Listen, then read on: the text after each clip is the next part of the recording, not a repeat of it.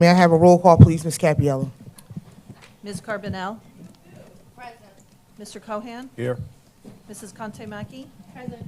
Mrs. Faria? Mr. McDowell? Present. Mrs. Manisi? Here. Mr. Nasta? Here. Ms. Santana? Present. Mrs. Scott Heeden? Here.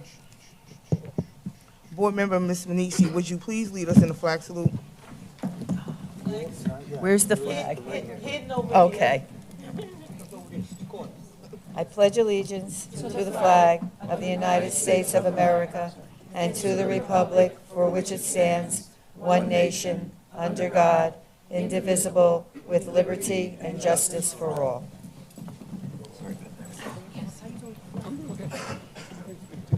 Board Member Ms. Manisi, would you please read the mission statement? The mission statement of the Township of Union Public Schools is to empower, inspire every student every day. Ms. Coon, please read the Open Public Meetings Act statement. Good evening. In accordance with the provision of the New Jersey Open Publics Meeting Act, the Township of Union Board of Education has caused notice of this meeting to be published by having the date, time, and place thereof published in the Star Ledger and Union County local sources, posted in the administrative building of 2369 Morris Avenue, Union, New Jersey, filed with the Township Clerk and mailed to all persons, if any, who have requested said notice. The Board of Education offers members of the public an opportunity to address issues regarding items on the agenda or on any issue. Individuals need to identify themselves by name and address. Public comments are limited to 3 minutes.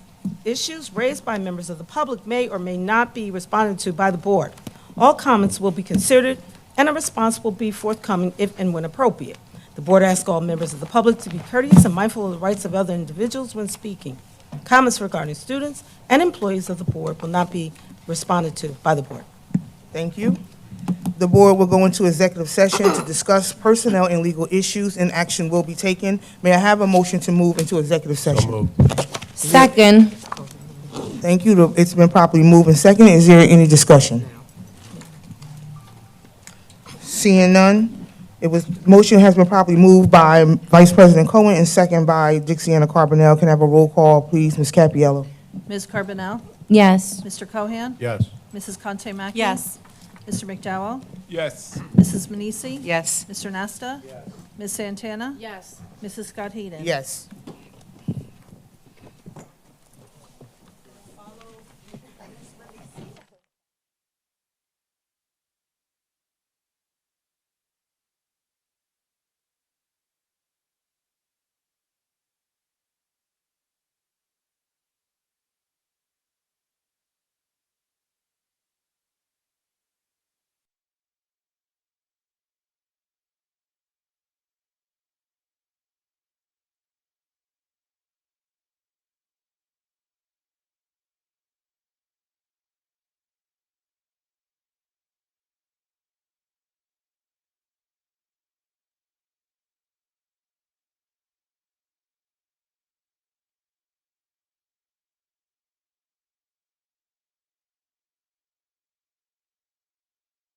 So moved. Oh, second.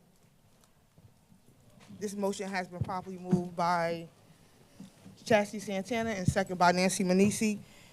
Is there any discussion? Can I have a roll call, please, Ms. Capiello? Ms. Carbonell? Yes. Mr. Cohan? Yes. Mrs. Conte-Mackey? Yes. Mrs. Faria? Oh, sorry, she's not here. Mr. McDowell? Yes. Mrs. Manisi? Yes. Mr. Nasta? Yes. Ms. Santana? Yes. Mrs. Scott Heeden? Yes. Approval of minutes. May I have a motion to approve the following minutes? May 12, 2026 work session, May 12, 2026 executive session, May 19, 2026 regular meeting, May 19, 2026 executive sessions number 1 and 2. So moved. Second. The motion was moved by Ms. Manisi and second by Chastity Santana. Can I have a roll call, please, Ms. Capiello? Ms. Carbonell? Yes. Mr. Cohan? Yes. Mrs. Conte-Mackey? Yes. Mr. McDowell? Yes. Mrs. Manisi? Yes. Mr. Nasta? Yes. Ms. Santana? Yes. Mrs. Scott Heeden? Yes. Next, we have our communications that are reflected on the operations and personnel agenda. Hopefully, you had an opportunity to review them. And with that being said, we're moving on to public comments. And before we do so, I would like to say good evening, everyone. I would like to take a moment to thank you for being here today.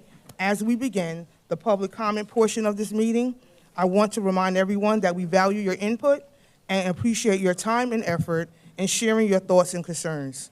We ask that all comments be respectful and constructive as we aim to foster a productive dialogue that benefits our community and the work that we are here to do.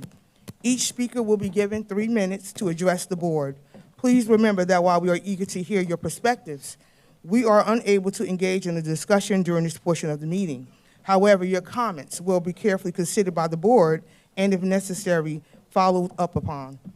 With that, I invite the first speaker, Susan Lipstein.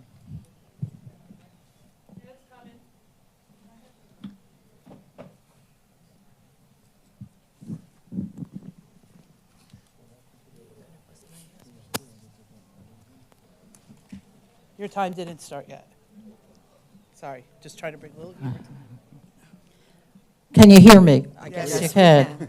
Okay, I'm Susan Lipstein, 2569 Jackson Avenue. I'm going to bring your attention and the public's attention to E5 of the agenda, which is approved to accept funds from the New Jersey Department of Education, New Jersey High Impact Tutoring Grant. I want the public to know our district is receiving $320,000 for tutoring because students in grade 3 through 8 in our district showed only an average proficiency on the 2024-2025 New Jersey Student Learning Assessment Test of less than 50% in English language assessments and/or math. So with these scores averaging less than 50%, our superintendent and Board of Education have approved firing all of our school librarians except one for 7,000 students in 10 schools. I believe if we really cared about helping our children receive higher literacy scores, Dr. Benequista, we would be hiring more librarians, not firing the ones we have. At the same time, you removed all librarians for all students, those who need tutoring, and those who don't, our APEX students, who also will not have a benefit. I'm not sure how many those are, and I'm not sure how many of these students need tutoring. I asked for backup, I didn't get it. I come up with about 2,000, I hope that's not correct. I hope the State Board of Education takes a good look at expending taxpayer money for tutoring in a district that is not taking their own initiative to support reading and literacy help that certified and trained librarians have proven to give for years. Instead of providing this for all of our students, we're denying the services to all of our students. I've said this was a mistake. I've said it since I found out about it. I have no doubt that the mistake is going to end up costing this district in the long run. It's not educationally sound. It's counterproductive to the state's stated goal of increasing literacy. It's a mistake. I hope the state does increase funding to our district in a new formula, but the state of New Jersey needs to know that these funds have to be spent in the right way. They have to go back to increasing literacy, and I'm hoping additional funding will go where it's most needed, which is to rehire the librarians who were fired, the teachers who were fired, and the aides who were fired. Thank you. Thank you, Ms. Lipstein. Do we have any other cards? I have a live mic. I should never have a live mic. People know that about me.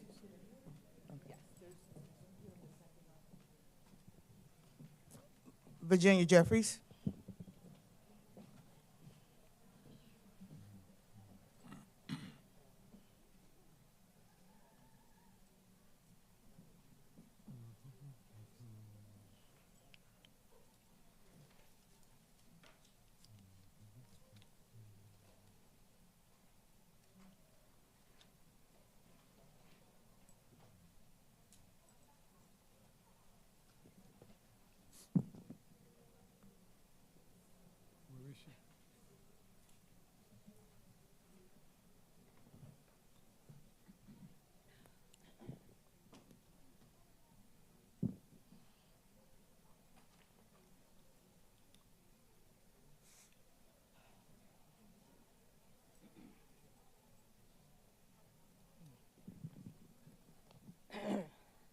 Virginia Jeffries, 236 Brighton Avenue, East Orange, New Jersey. Board President Scott Hayden. Good evening, board members, employees, and members of the public in attendance, physically and virtually. Presenting the following topics from the agenda. First, number 14, the Personnel Committee resolutions. P12. I can't hear you, Ms. Jeffries. Can you talk? P12. Okay. McKinsey contract. Performance issues. Hannah Caldwell. This was her responsibility. All the issues regarding repairs were under her control. Any of the issues of insurance claim denials are also her responsibility. Franklin Elementary. This was her responsibility for the realignment of the schools that resulted in the closing of Franklin Elementary. She was in charge of the committee for this realignment. The committee meetings and recommendations are not publicly available. 855 Lehigh Avenue. This is her responsibility. Furnishing this location was her responsibility. Access to this location seems to be her responsibility. P14, contract for SBA Kuhn. Performance issues. As the SBA, she is in charge of all school monies. She is required to accurately account for all school monies paid out. She's also required to maintain all contracts. She's also the person on site who is directly involved with the contractors for all the insurance claims, including the repairs for Hannah Caldwell. The June P15, June 9th work session. This was tabled. P16, authorization for superintendent to hire staff. This was not on the agenda of the June 9 work session. P17, approval reclassification of position. This was not on the agenda of the June 9 work session. P18, resolution acknowledging completion of the superintendent evaluation. Performance issues, because this was not on the June 9th meeting. The superintendent is directly responsible for evaluating the assistant superintendent McKinsey, Rodriguez, and SBA Kuhn. He is the one person recommending the renewal of contracts for McKinsey, Kuhn, Rodriguez, and all the other administrators. The superintendent reviews the approval of bills with SBA Kuhn before any board member is given access.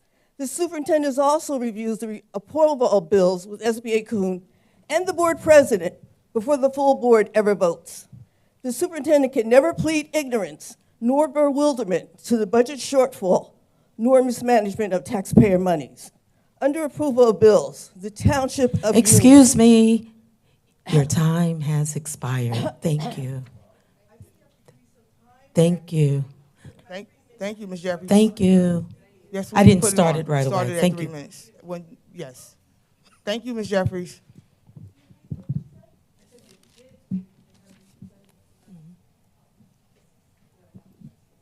Seeing no other speakers, we'll move on to the superintendent's report. All board members, I want to ask you to sit in the front row, please. Can I say?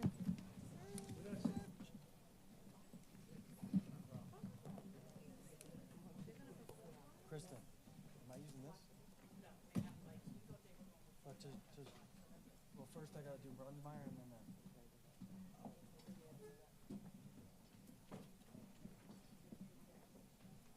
Good evening, everyone. Thank you, Madam President. So before we start my presentation, yearly it's turned into, it's such a wonderful activity that, Ms. Brunsmeyer, do you want to come up and for a second? While you're here, I know you're here every meeting, but Ms. Brunsmeyer, she teaches our pre-K, one of our pre-K classes. And you're going to get to see one thing that she does. She does a lot of creative stuff. I was amazed a couple times this year walking into her class and seeing all the things that we're drilling them too. And they were getting all the answers right to the ecosystem, the trees, and all that stuff. So they saw what kind of bird was hatched? What did we do? We had the egg. Oh, the hatch. They We get eggs in pre-K, and they go in the incubator, and they hatch, and then they learn all about the life cycle So they were of the chicks. they were taking care of an egg for about a week? Yeah, about 2 weeks. 2 weeks. And they were caring for this egg to help it hatch, and it was such a great activity as well. But so is there any way we could bring down the screen just for the first one?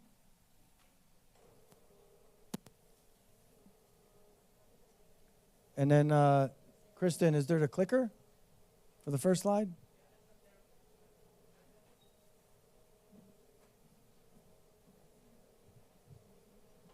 So I'm going to ask, we did officially open the meeting, and we did officially salute the flag. But I'm going to ask everyone to stand, and we're going to open the meeting again with the flag salute. Please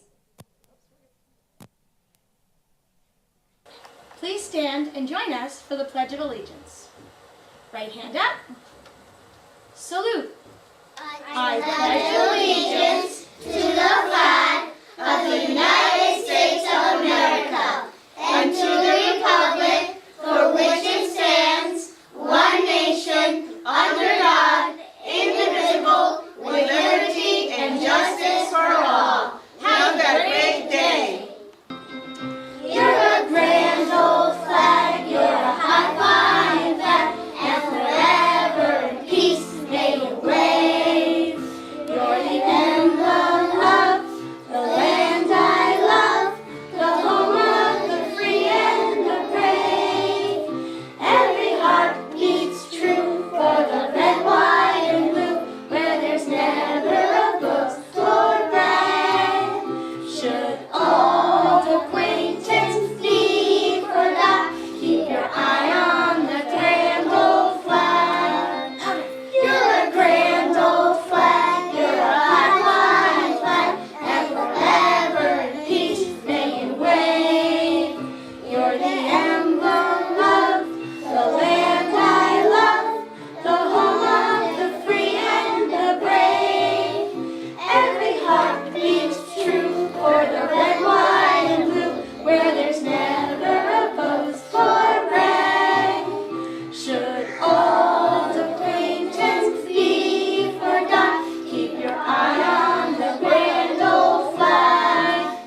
Keep your eye on the grand old flag. Bring it home! Keep your eye on the grand old flag. Nice round of applause.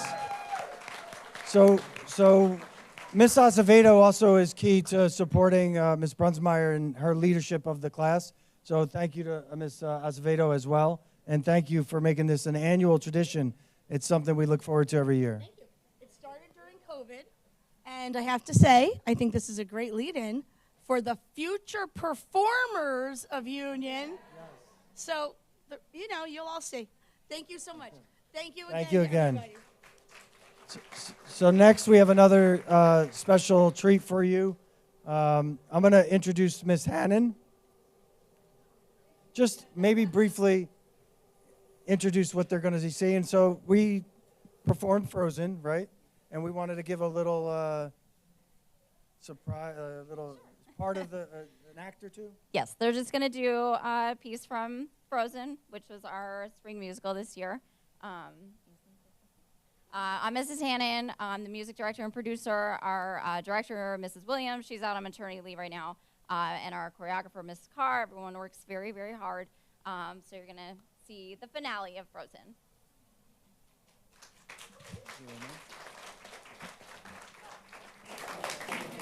The door's open, they can hear you.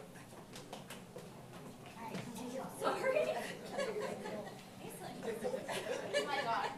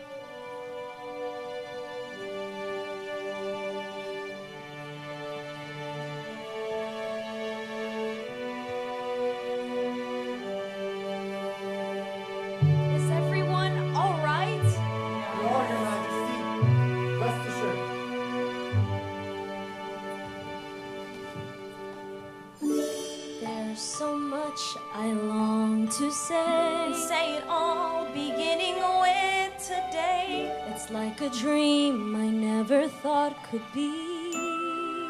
Elsa, you're free. Let it go. Let it show us what you can do. Let it go. Let it go. The magic one is you. 'Cause here we stand in the light of day. Let the sun shine on. I take this warmth within and send it up above. Divide to dark and fear. Let's fill this world with light and love. And we're surrounded by our family at last. We're never going back. The past is in the past. Let it go. Let it go. We'll rise with the break of dawn. Let it go. Let it go.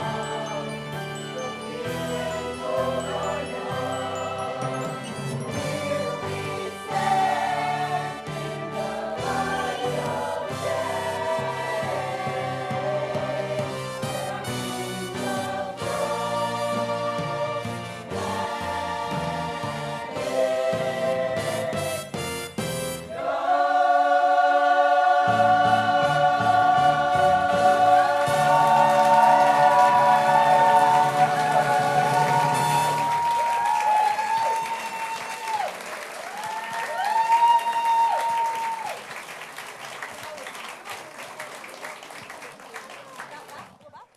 Thank you so much. And I know it's not easy to just come to a new area or new stage and perform, but you guys did an amazing job. I'm so proud of you, and I look forward to what you're going to do in the future. Board members, anybody want to make any comments? Amazing. Thank you so much for taking the time to be here tonight. It's an amazing performance. I'm sorry I missed the whole show. But it's amazing, and thank you so much. Thank you. That was angelic. Angelic. You brought tears to my eyes. Beautiful job. I'm so proud. I'm so proud. Thank you. And I know for years how much time you and your team put in, Ms. Hannon, and the hours. I don't even want to know the total hours that you guys do, plus schoolwork, plus everything else you have, activities, other things going on. And the dedication and what you put into it really does show. Every year I'm so excited to see what the next play or performance is going to be. And again, I think I see a bunch of students bonding together, becoming one, and performing. And as a superintendent, I'm so proud, and thank you for coming tonight to share with our community what a little bit of what you guys do. So thank you again. Thank you, Michelle.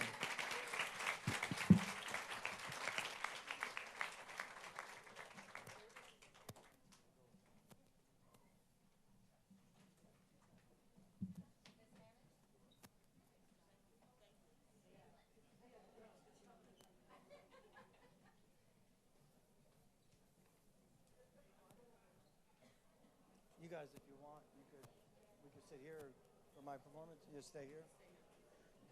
It'll be easier if we take pictures.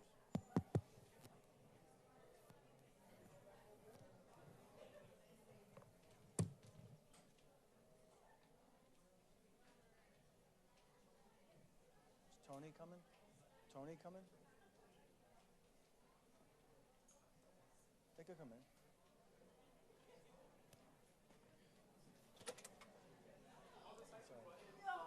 Yeah, they could come in because you're going to join me. They could come right here. Yeah. So as we do, we'd like to make sure community's knowing all the great things going on in our school. And we get a little bit of time during the board meetings. I want to make sure everyone is aware of Parent Square. We post all our accomplishments. This is a small piece of some of our student athletes that do amazing things. So I'm actually going to ask Mr. Zeezer, who is our athletic director, and Mr. Stewart, who's our head coach. So first, I'll introduce our athletic director and our head coach, Mr. Stewart. Both are Union High School graduates, number one. I can't even go on to brag about Mr. Stewart's accomplishments, not just here at Union, but what he did beyond Union. And now both, having graduates come back and give back to our students, especially people with tremendous ability and talent, it's awesome. It makes me be in such a better position because we have excellence coming back to help future excellence. We saw it during when we created the Hall of Fame, and we saw what wonderful things our students or people that were involved in our community have done, and you guys have done phenomenal. And what your future holds, I can't wait to hear. But I'm going to ask Mr. Zezer first to introduce Mr. Stewart, and Mr. Stewart, you can introduce your coaching staff and the awards that the girls earned. Good evening, everybody. Welcome.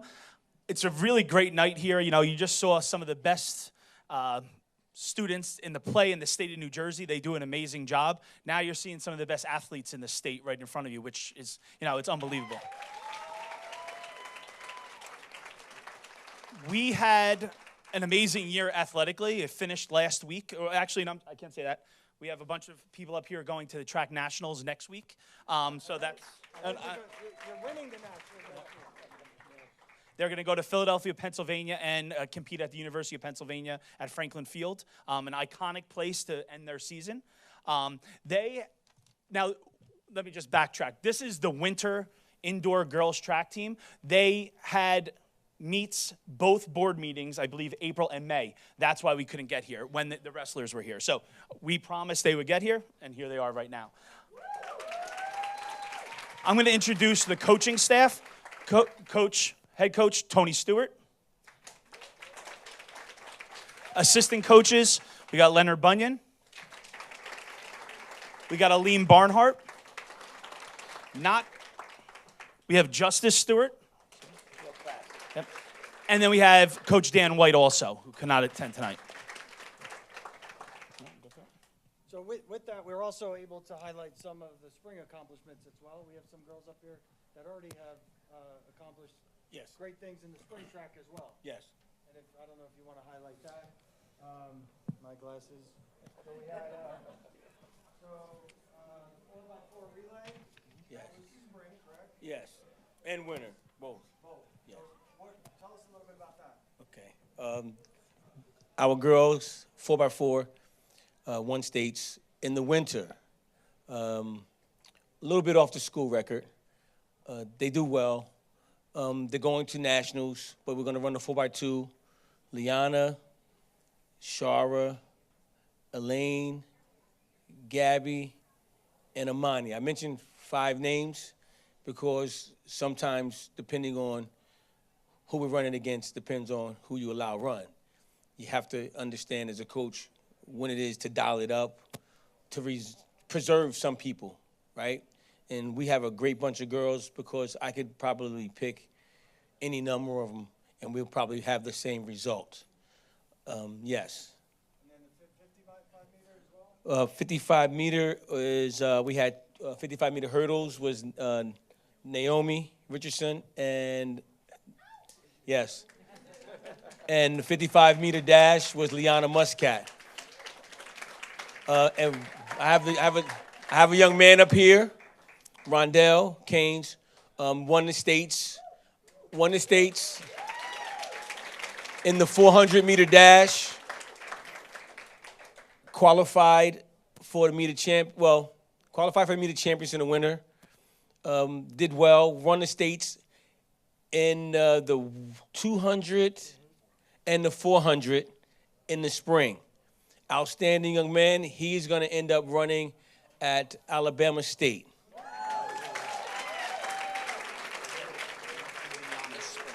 Okay. Liana in the spring.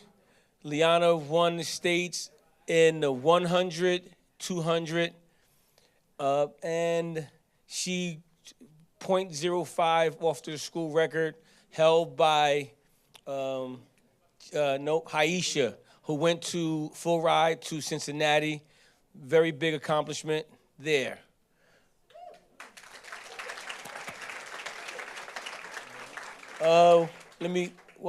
Naomi qualified for the Meet of Champions in the hurdles.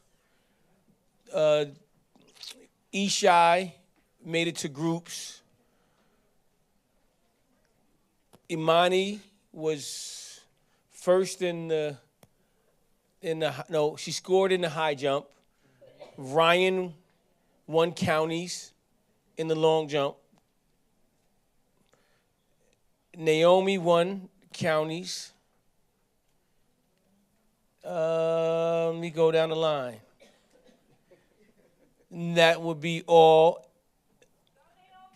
So when you have that many athletes, it's hard to remember all their accomplishments. So again, congratulations. Thank you. Well, and here, what you want to do is you want to make sure that you when you have a great bunch of girls, and understand our girls are really, really good. We're going to run in nationals this week, and we can go anywhere, right? So you lose, and I could take these girls, and I wouldn't trade these girls for anybody in Union Catholic. I wouldn't trade them for anybody down in Winslow.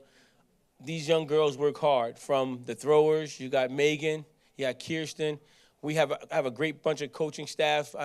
Coach Alim joined us this year. Phenomenal. We've been close since I've been a head coach, 10 years. Real quick, just to give you a quick, we've won nationals, not nationals where it's just a regional nationals. We won a national meet from when we ran against people from Oregon, California, Texas, Maryland, Connecticut, and New York, and Pennsylvania, and we won, all right? So that's a true national championship. The 4x4 between the boys and the girls for 10 years, the 4x4 had to come through Union High School, where we won the Meet of Champions. So the Meet of Champions isn't a team event. They don't score for team. Meet of Champions, I mean, you can win an event, but your team won't win, but you'll be the best in your event. It's almost like wrestling. And we've won that consecutive years, year in and year out. This program, and I thank you, Dr. Benaquista, for allowing us. For years, there was 2 coaches, and it's difficult, and that's the foresight of Dr. Benaquista. He said, well, I went to him and said, well, if you're training 2 different ways, how can you get the benefits? And he saw the vision, and he allowed one coach to coach both, and we've been just dominating New Jersey ever since. So I want to say thank you for doing that. And again, as a leader, I have to believe in people and their leadership. And Mr. Stewart, it wasn't his words, it was his actions that followed. And again, benefiting our students and our students' future. I have to say something before they hand out their certificates. I was talking the other day with Mr. Stewart about the team going to nationals. All I have to say is go there, believe in yourself, because their coach believes what you can do.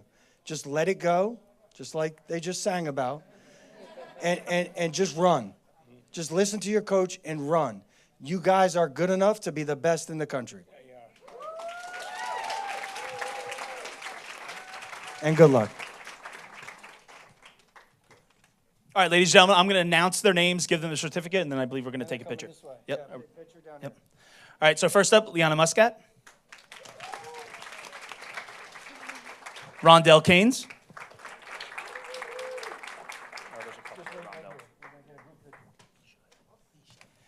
Ishai Christian.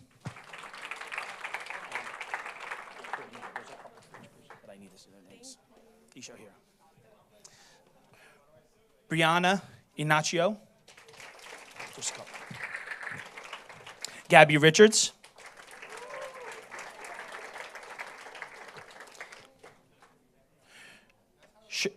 Shara Abel.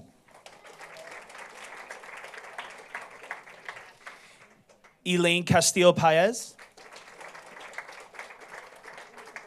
Dejana Mathis. Kirsten Bonsu. Naomi Richardson.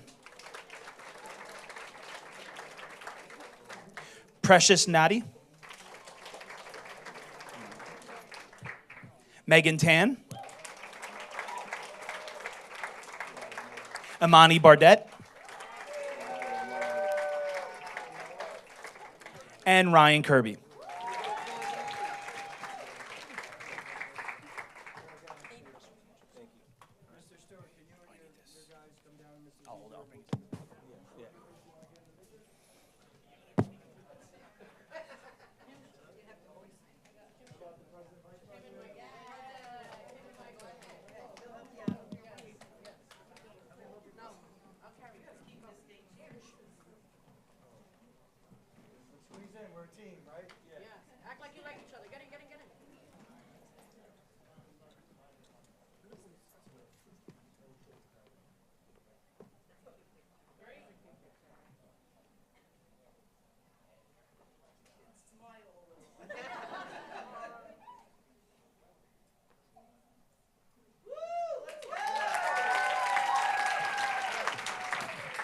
And before you guys leave, some of the board members might have a statement to make.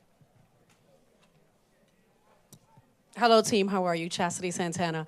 I want to tell you that I am a non-athlete, right, female, but I read this. I think it was a year ago. I don't remember if it was in People or Forbes. So whenever I have a group of young ladies, I know that there's a gentleman. Hello, but to my young ladies. They took a study in the United States of the top C-suite executives. That means CFOs, CEOs, COOs,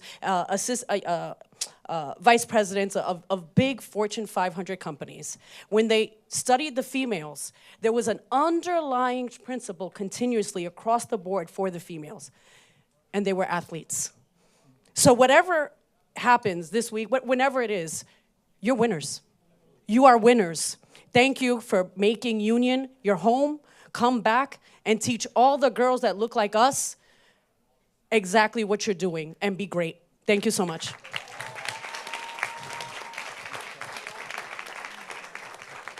I just want to tell you congratulations, amazing job. My son, James Mackey Jr., Coach Stewart, let's just give this man a hand of applause. It is amazing what you do with our students. I was here when you transitioned over to taking on the whole team and watching what you did with my son, who went on to St. Joe's and also now became Athlete of the Year and is a record holder for eternity at St. Joe's. It is a testament to what each of you do. It is sky's the limit. Continue moving the needle with it, and congratulations to all of you. Keep up the great job, Coach Stewart and team. I am just so proud. I'm emotional tonight because we go through very rough meetings, but tonight is what it is all about. Yeah. And looking at your beautiful faces, your youth, your strength, your muscles, I couldn't be more proud. Yeah. Coach, I love the way you speak about your group of athletes. It's almost like I feel the love from you. Yeah. Congratulations to all of you, and I agree with my colleagues. In our eyes, you are winners, all right?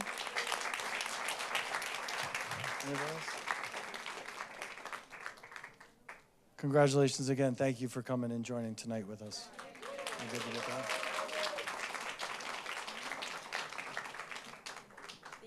You're welcome. You good?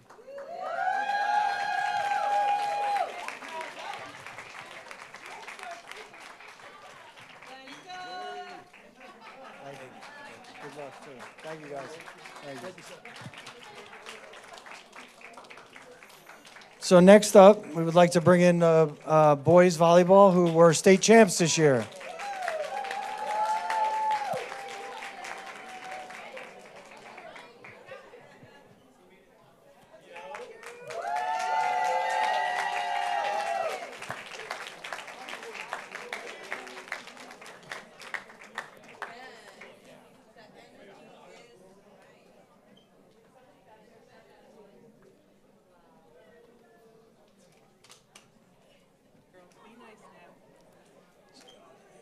So again, like Mr. Caesar said, we've had a phenomenal year, not just academically performing, but also in our athletics.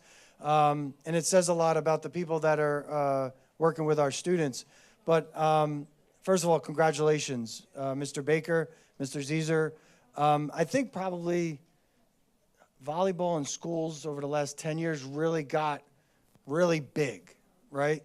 And I know it takes time for schools to build winning programs. And I have to say, I am so happy to see you guys playing at the end and how well you played. Really made me proud. Because especially, I think, I would still say our program is on the newer side. And to see where you guys have gotten to already, and from what I understand, there's a lot of younger players. So all I say is stay together. You're going to do some phenomenal things if you stay together, obviously believe in the system. But I'm going to hand it over to Mr. Zeezer and, again, Mr. Baker.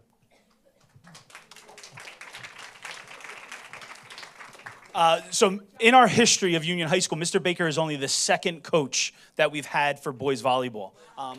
This is third year. Oh, this is fourth. I'm sorry. This is his fourth year. Yeah.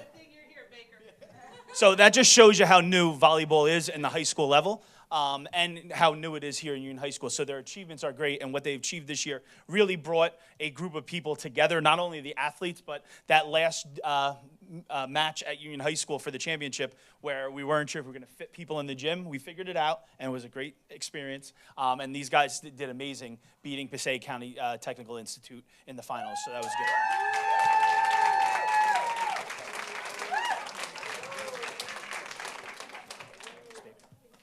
Baker, you have? I said this, I've probably made this speech a bunch of times, but this group is the group I came in with. These were the freshmen that are now seniors 4 years ago.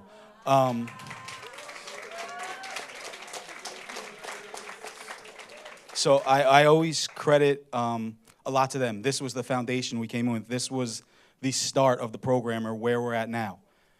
And I keep saying it, this is still only just the beginning. Our talent is never ending at this point. My freshman coach is Jared Crow, who is, what, Jared, what's your 3-year record? 42 and 3.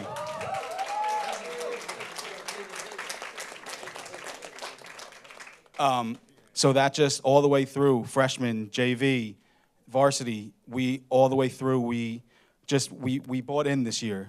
Anything I asked these guys to do, they did it. If it was a 6 a.m. workout, weekend workouts, there was never any pushback because we knew the talent we had here, and we knew we just had to push through and find it. And that's what we did this year, and we're nowhere near done. We're going to be back next year. We look for all your support again next year and the continuing years because we're going to be back and we're going to need it. Thank you. And I'm just building off what Mr. Benequista said before. All three of these gentlemen are Union High School graduates.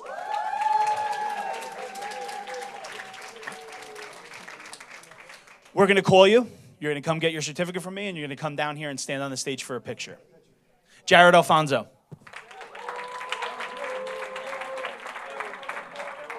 Aiden Ahern. Mason Sangalang. Evan Espino.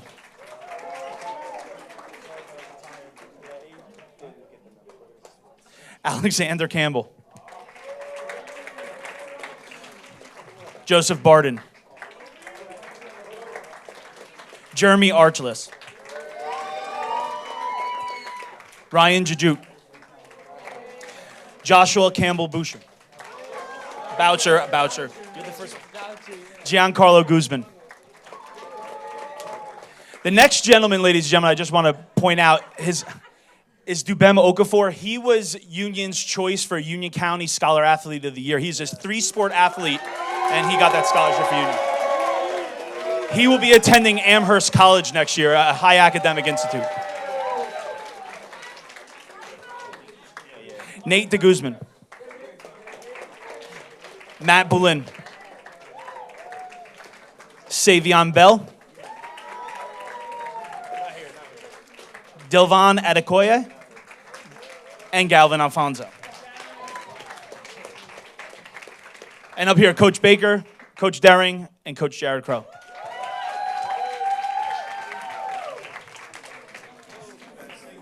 have to get up for another picture.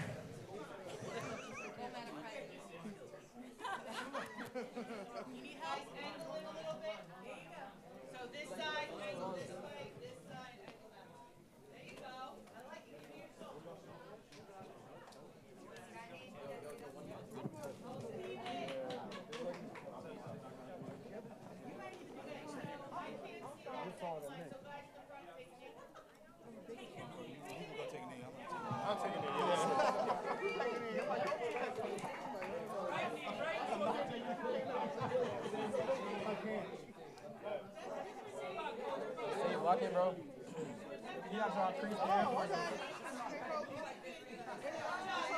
Nah, you're all right.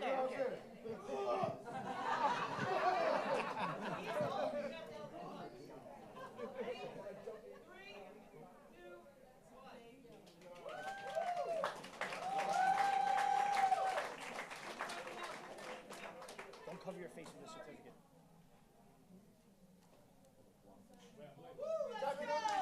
Congratulations again. Thank you, guys.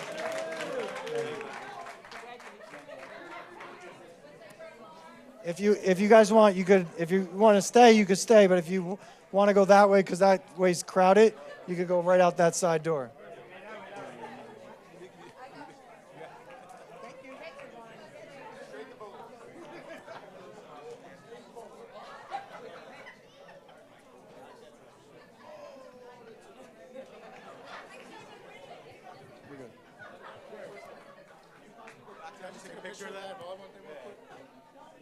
It'll be online too. If you want. You can take a will it be picture. on the site? Okay. It'll be all my reports are posted online, and Kristen could give you this slide specifically if you want. Oh, perfect, perfect. Yeah.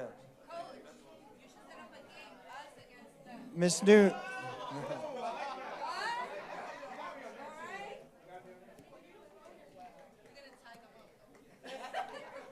So the next group of students, and again, I know our board meetings can be long, but I'll never apologize for highlighting the success of our students. I'll cut my own stuff out to highlight our students. And again, this is a great night at the end of the year with all the accomplishments. And I want to bring this into perspective. So our board, which we collaborate a lot, I'm going to apologize because I don't remember which board member, Miss Carbonell, said to us one time at a board meeting, why aren't we recognizing our kids for seal of biliteracy? So right then and there, we took that and started running with it. And I think the first year we did it, there was maybe 3, 4, 5. Look at our numbers today of the accomplishment of where we've gone to in a couple years of students recognized for the seal of biliteracy. And I'll let Dr. Rodriguez and Ms. Lourdes Garcia, our supervisor, kind of explain the seal of biliteracy, what it means, and how students get recognized. And then we'll call them up and honor them. But why don't you kind of talk a little bit about what the seal of biliteracy is, and what anything you want to say. Thank you. Good evening, everyone. It is a great honor and pleasure to be here tonight to celebrate our accomplishments in the seal of biliteracy. So the seal of biliteracy is an assessment that is given in the language that a student chooses. So at the high school, we had various students who took it in different languages. Spanish and French were one of them. We had students who participated in Arabic, Turkish, Vietnamese. This is affordable to students who are juniors and seniors. And so students are able to attain the seal of biliteracy in their senior year. They attain it because they have to meet the graduation requirements. Some of our students decided to take the challenge and do it in 2 languages. So tonight, we have 41 seniors who are attaining the seal of biliteracy and 4 of them who have decided to do it in 2 languages. So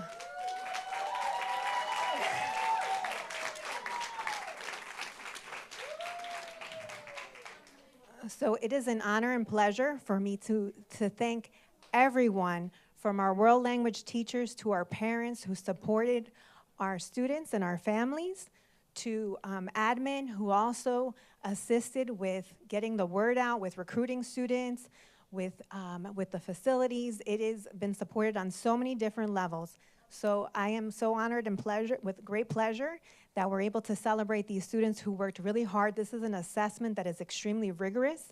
It is speaking, listening, reading, and writing. And some of them decided to stay and take it twice, which was a challenge, especially. So I'm going to switch to Spanish for 1 second, if that's okay. So, damas y caballeros, bienvenidos. Es un honor estar aquí para reconocer los niños que pudieron lograr el sello de Biliteracy. So, esta noche tenemos 41 seniors, niños que están en el 12 grado, que han podido lograr esta meta. Y estoy muy orgullosa de estar aquí. Gracias por su apoyo y el apoyo de los maestros y los administradores y el distrito de Union. Muchas gracias. Okay, my list. And thank you to all who came to our Impact event tonight. Thank you so much. When your name's called, we'll come up on the stage and get Yes. ready for the picture. Okay, so I'm going to announce it from here, correct? Yeah, and then Doc, you want me to help you? Yes, please.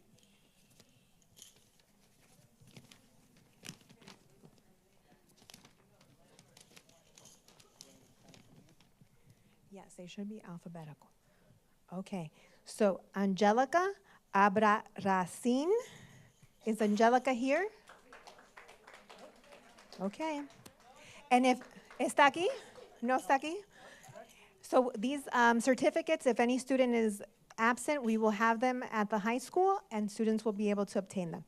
So we have Angeli Aviles. Oh, yay!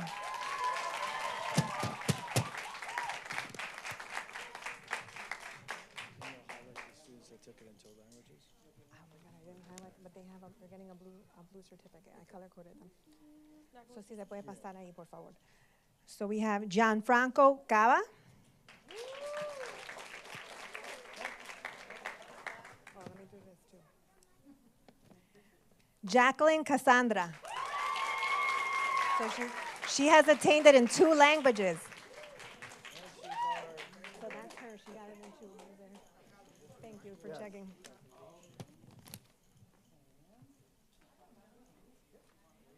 It's Spanish and Portuguese, correct? Yes. Spanish and Portuguese. Thank you. Edward Castro Frias. Farías, disculpa. Okay. Diara Colantes, disculpa. Okay. Elenice de León. Yay.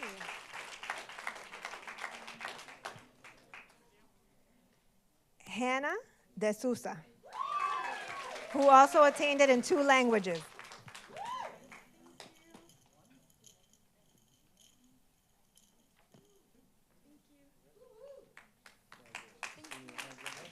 Irani Díaz Rosario.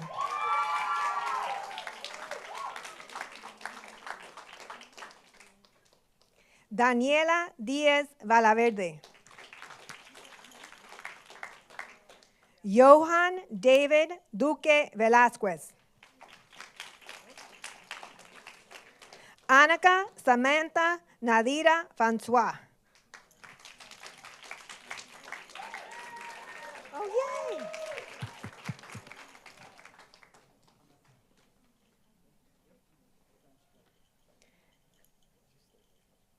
Matías Guerrera.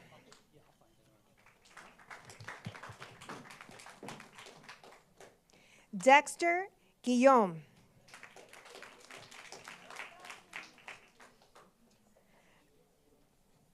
Marie Sheasley Jean. Max Jose Waldens Joseph.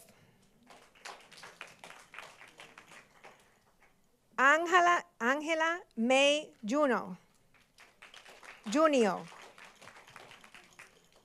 Jacqueline Martinez.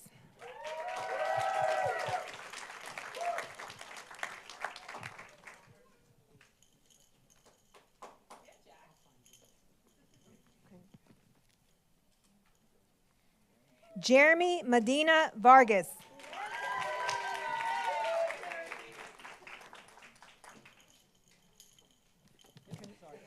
Congratulations, Jeremy.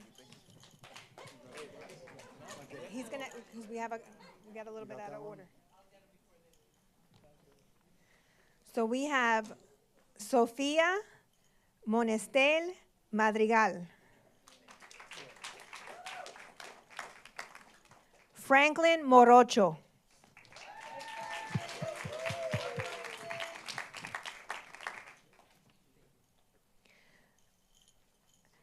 Juliana Moscoviv.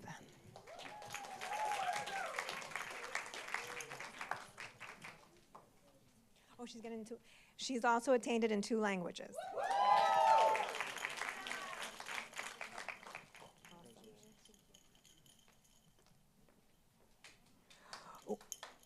Wadlina Navarin.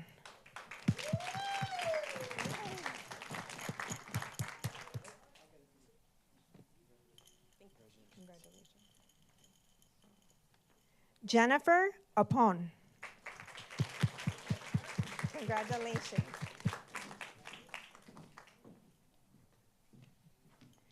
Congratulations. Emily Pass is Nick.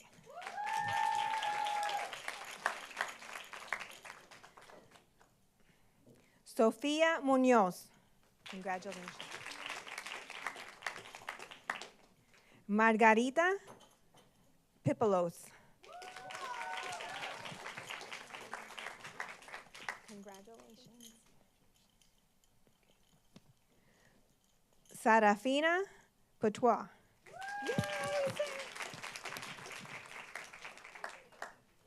Congratulations. Oh, wait, Sarafina. Aureli Reyes Reynoso.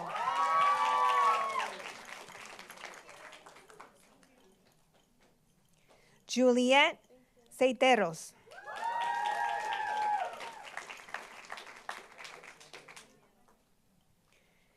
Sabrina St. Jacques. Samuel Soria. Hadassah Trinidad. Alina Vanoni.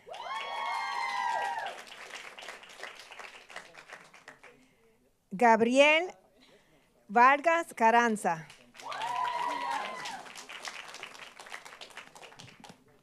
Mira, lo lograste. Sofía Vaz.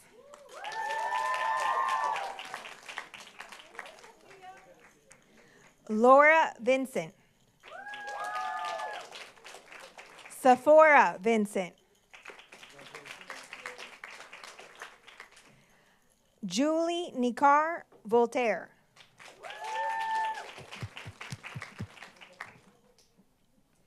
Congratulations. Yasmin Zago. And last but not least, Alexandra Zapata Londono.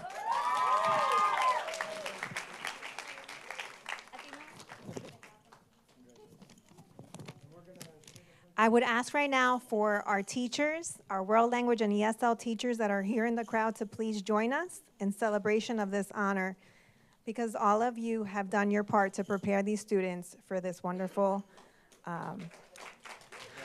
attainment. Yes, we are.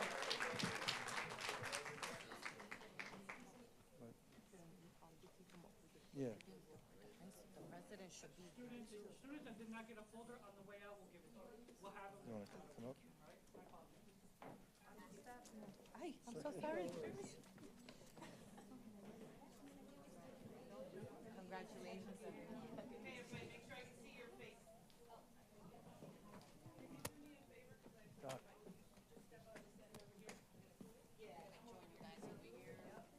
Congratulations. I used to have your hair a long time ago. Oh, sí, sí. Vámonos para adelante.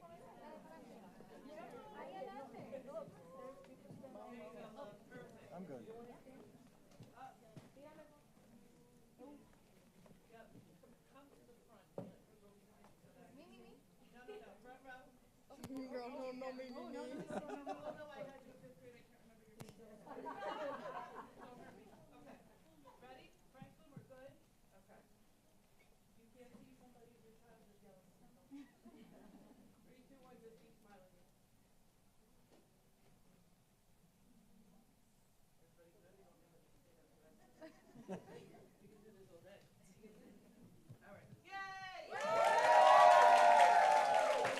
And I just want to say one more thing. Like, Miss Lourdes, this isn't a mandated, Miss Lourdes, this isn't mandated, right? So just to bring it in perspective, senior year, I'm sure looking forward to graduation. These students are choosing to take these assessments. And like Ms. Lourdes said, Ms. Garcia said, rigorous. So I applaud you guys for choosing to do this, again, assessment that's challenging, to be recognized in this way. And it says a lot about your character. So congratulations, and make sure, continue to work hard in your next steps after you leave us. Board members? Last name is Garcia, right? Yeah, Laura's Garcia. Yeah, Ms. Garcia. Can I just ask Ms. Garcia, first of all, to the students, you replicate educational excellence. I'm so proud of each and every one of you. Can't wait to see what your future holds. Congratulations to each and every one of you. I just want Ms. Garcia to take 2 minutes maybe to talk about the Impact Program. I had the honor of stopping by this evening. We couldn't stay. But I wanted her to talk about the Impact Program so the parents who are present tonight and those at home can understand what it is that she's bringing to the district and what it actually entails. Thank you.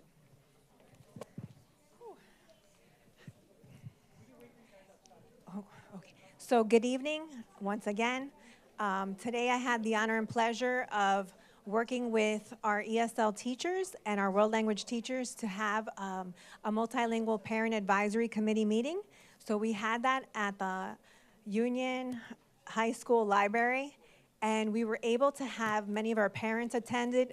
We were able to celebrate all those parents who participated in the adult ESL. We had various members of the community there. We had the Historical Society, the library from Union there. We had TD Bank there to talk to our parents about financial literacy. The Historical Society was there to share resources with our parents about the surrounding community and the history that there is in Union to educate our students about their community. We also had FDU there, the Union County College. I'm sorry, thank you, Dr. Rodriguez. We had Imagine Learning Scholastic. We were able to provide our multilingual students in K-4 a packet for the summer. We were able to talk to parents about how to increase literacy skills, not just in English, but in other languages that are spoken here in Union.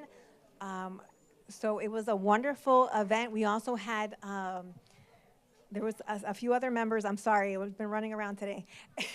So it was wonderfully attended by our staff, by our parents and teachers, and it was a wonderful celebration of all that Union has. We are multilingual strong, and it's an honor and pleasure to work with you all. Thank you. Thank you. Any board members? So, Ms. Garcia, I wanted to offer my thanks to you and your staff. I recall from my active teaching career how difficult it is for English language learners when they come into the schools that don't speak English, and no matter how well-meaning their classmates and their teachers may be, they simply don't understand at first. And I've always marveled at the skills of the ESL teachers who were able to bring those students who were just emerging in their learning of English to be able to understand what was going on and help them navigate a very stressful, I'm sure, and a very strange situation to them because they didn't understand the language. As we were talking earlier, it's one of the regrets of my life that I really didn't gain too much benefit from my 2 years of high school French and speak only English. And when my wife and I travel, I come to understand what those students may struggle with because they may not understand. So thank you so much for all of your efforts, and to your staff as well. I'm going to keep it very brief, but I just want to say congratulations to you, to the students, the staff, and the parents that were here tonight for cultivating a home where we celebrate learning more than one language. And guys, if I may, this is not just a local celebration. The Seal of Biliteracy was something that was started by the New Jersey Department of Education. So tonight, we are not only celebrating at the local level, we are celebrating at the state level. Thank you to you, to your team, to your staff, Dr. Benacuesta, and to all the kids and families. Thank you. And last but not least, I know me and you had a conversation in short about your vision for the program, and I just want to say to Dr. Benacuesta, can you make sure that for future references that she has a tie to our mental health department, because that was something that she wanted to have present.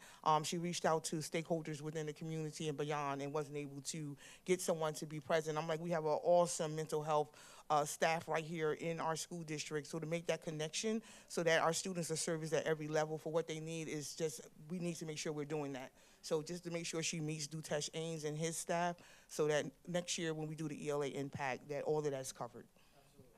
I'm so sorry. I know you said last, but I would have been last. I'm sorry.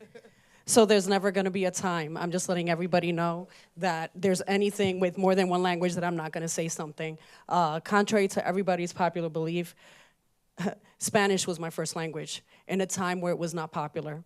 And everything that you do helps that little girl that walked in very scared, not understanding a language. So I want to say thank you first, and I echo everything that was said. But also, I remember when you first came here, right? Let us be that wind beneath your wings to give our kids everything that they need to always know and learn more than one language, to strengthen that voice in all languages. So thank you so much, and I'll keep it brief at that, but please, anything that you need, we're here, all of us. Thank you again, Ms. Garcia. Thank you all. Have a wonderful evening. Union is such a great place, and we have so much support here, and so it's just about, I think, increasing awareness and for everyone to know. So thank you so much. You've made this this time here. Every day I'm really proud of the work that we're doing, and I'm very supported by all admin here. I just want you to know, and thank you for the opportunity. And you've been very creative since you came to us. Keep doing those creative things. I know you've even taught families and brought them in for night program, parent programs. So Ms. Garcia came to us a couple of years ago. We were lucky that we had an opportunity to offer her the job, but she's also put her own spin on it and brought some initiatives. If I asked her to go recruit people in other countries, she will, because I know she's done it in the past. But, you know, but just keep being creative and bringing new initiatives to our students and families. Thank you. So now it's going to be the speed round because we highlighted the students. Just an eye on our enrollment as we finish this 25-26 school year. It's amazing to say that, finish the 25-26 school year. But we'll be back up, believe me, as new registrants come in. So we discussed at the work session residency. There was a comment, you know, about, you hear publicly that sometimes people say, you know, kids are attending our schools that don't live here. One thing we always say, anyone that knows any child that doesn't live in Union that comes to our school, please report it to someone, either at the school, at central office, Ms. McKenzie or her team. If you're comfortable with our building principal, report to the building principal. We do investigations. This is just going to highlight some of the things. But from year to year, how many transferred out because of residency investigations? I'm happy that number decreased. Why? Because I think there's less kids trying to, in a sense, come to school here that don't live here. Because we're putting systems in place, and we're being proactive on making sure we're following up on things. So, for example, we're always reviewing concerns that are submitted, and there's a documented system now that Ms. McKenzie and her team now go through daily. The documentation became enhanced where we could track specific things. So again, more diligence in what we were doing and doing it better. We strengthened the verification with the review of documents, making sure that we're looking to move to a centralized location for when people want to register with us, which will also take another added step because if they never get in, you know, we won't have to remove them. But sometimes people move and they don't report it. So we always need to keep up on residency. We track home sales. We look at our leases when they're expiring, and we say, you need to provide a new one. We look at the expiration of 6 Cs, another documentation, a legal document that is allowing people to come to our schools because they're living with someone, that family member in Union. But we verify those. We go to do residency checks, and we make sure that what we're being told is accurate. We also make sure at every at kindergarten we're re-registering everyone from pre-K. We do re-registration in pre-K. Then we pick grade levels. We did all out of district last year. So we're continuing to keep up on that stuff. But we're going to keep getting stronger in that area. But I want first and foremost, anyone that knows anything, please let us know. It helps us. But and you could go through the rest. But as a matter of time, I just want to move through. So also at the work session, we felt it would be healthy. A lot of communication went out this year, more than ever. So sometimes when a lot of communication goes out, families might not, look at everything. But we want to make sure everyone's aware because of all the budget issues. There's some impacts in different ways that, a couple of years ago, we moved middle school time change of 8 minutes to what it was today, and now we have to go back. Why do we have to go back? It'll be explained in the next slide, but it's going to be, there's a reason to help the budget, in a sense. So to make sure transportation could happen seamlessly at all the levels.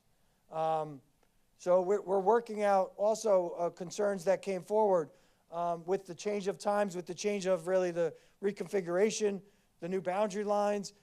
Right now I'm estimating 60 students in elementary school in 2 different schools, like a pre-K center and an elementary school. So now once we identify who the 60-something are, we could talk to those families individually and say, you could drop off one early for breakfast.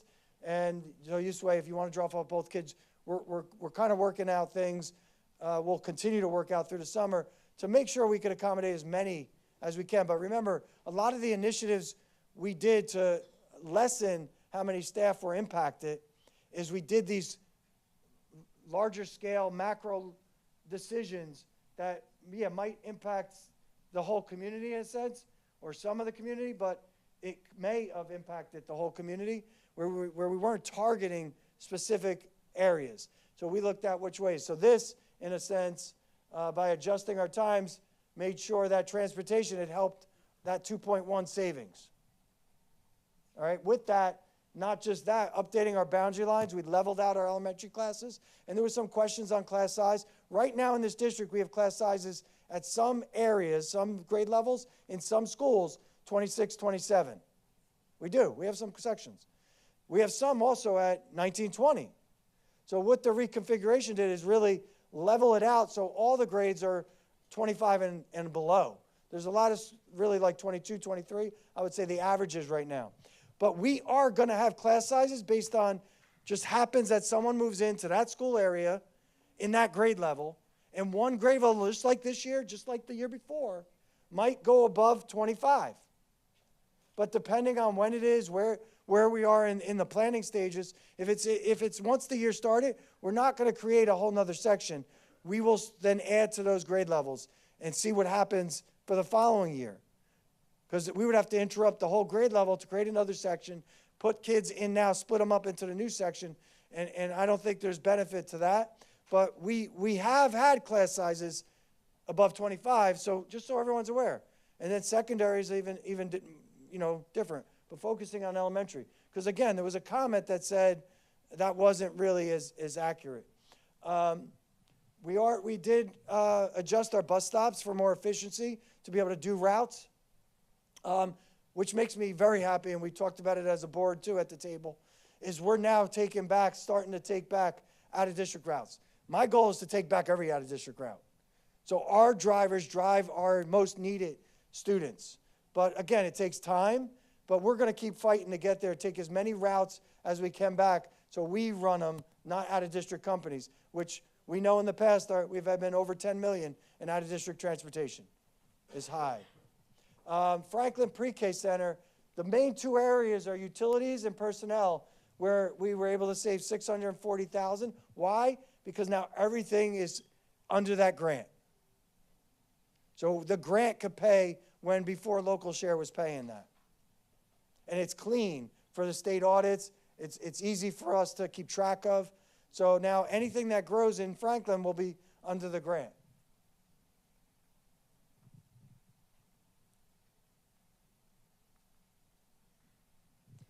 So I would just like to know, thank you, Dr. Rodriguez. I had fun speaking 1 or 2 times. I hope I didn't take over your meeting, but Dr. Rodriguez did a great job taking on the Leadership Academy. He had a great group of teachers. They got to see a lot of amazing things this year because we were going through so much.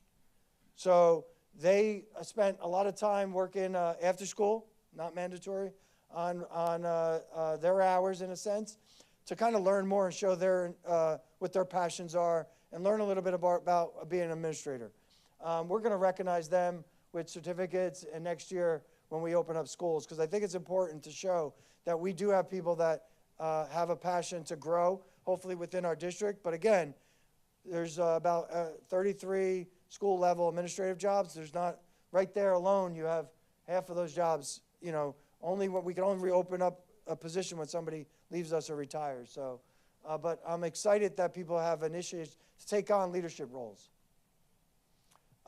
Apex Awards was excellent. Again, this is the second time we've done it. We're going to keep highlighting our excellence.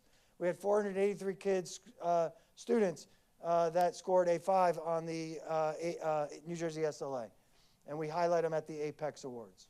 So we'll be doing that again in the new year once we get the new scores. As we do, we have to send information, our highlights to our county, and the county superintendent puts it out. So just wanted to highlight, show people what we're sending to the county that's being, again, highlighted countywide. Again, our scholarships keep growing. The ones that were highlighted at the senior awards was over $90,000 given into our students. That's amazing. That's our community, our former graduates, different entities, the UTA, banks in town, realtors in town, a lot of community plus organizations inside raise money. Our staff raise money to give scholarships. And, that number, I could tell you a lot of schools do not give out those kind of funds to their students. So it says a lot about what our community is about. Congratulations to Franklin for this month. To 96.55 attendance. And we've been focusing on attendance this year a lot because, again, the state, is asking us to improve attendance, chronic absenteeism. Without the kids in school, we know they're not going to be learning. So congratulations. We're going to highlight over the summer overall who had the best attendance rates. So we have to report on incidents of HIB. So from the period of June 10th to the 16th, we had 4 met the criteria, 1 unfounded, and 0 inconclusive. And we have to affirm some cases, and there it is, 3, 3, and 3, met, unfounded, inconclusive. Before I conclude, I just want to give a quick update, because as we've been, no matter what anyone thinks, again, some of the non-renewals I'm happy to announce tonight are on the renewal list. There's 3 more we were able to bring back on the renewal list. A media specialist in another position. She's actually excited to be working with our students in a different position, and a music teacher. So again, it's work behind the scenes, ongoing work. We're going to continue, see how many more we can bring back, but I think Ms. McKenzie, Ms. Rutino, we're down to 26 that were impacted at this point. But thank you, Madam President. Thank you, Board of Education. Graduation's Thursday for the high school. It's going to be an exciting time. Thank you for a great year, and we look forward to, again, new things in the new year coming up. But thank you again.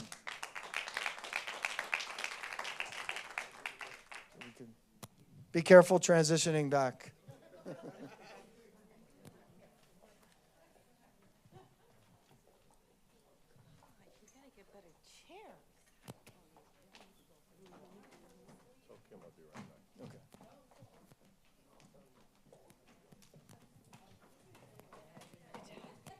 Sit next to me.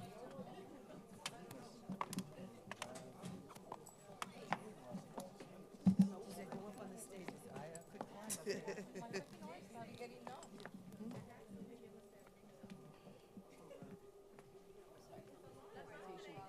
business, new business. Michael will be right back. They go to the bathroom. Michael. And then when we do personnel. It's considered new business at this time.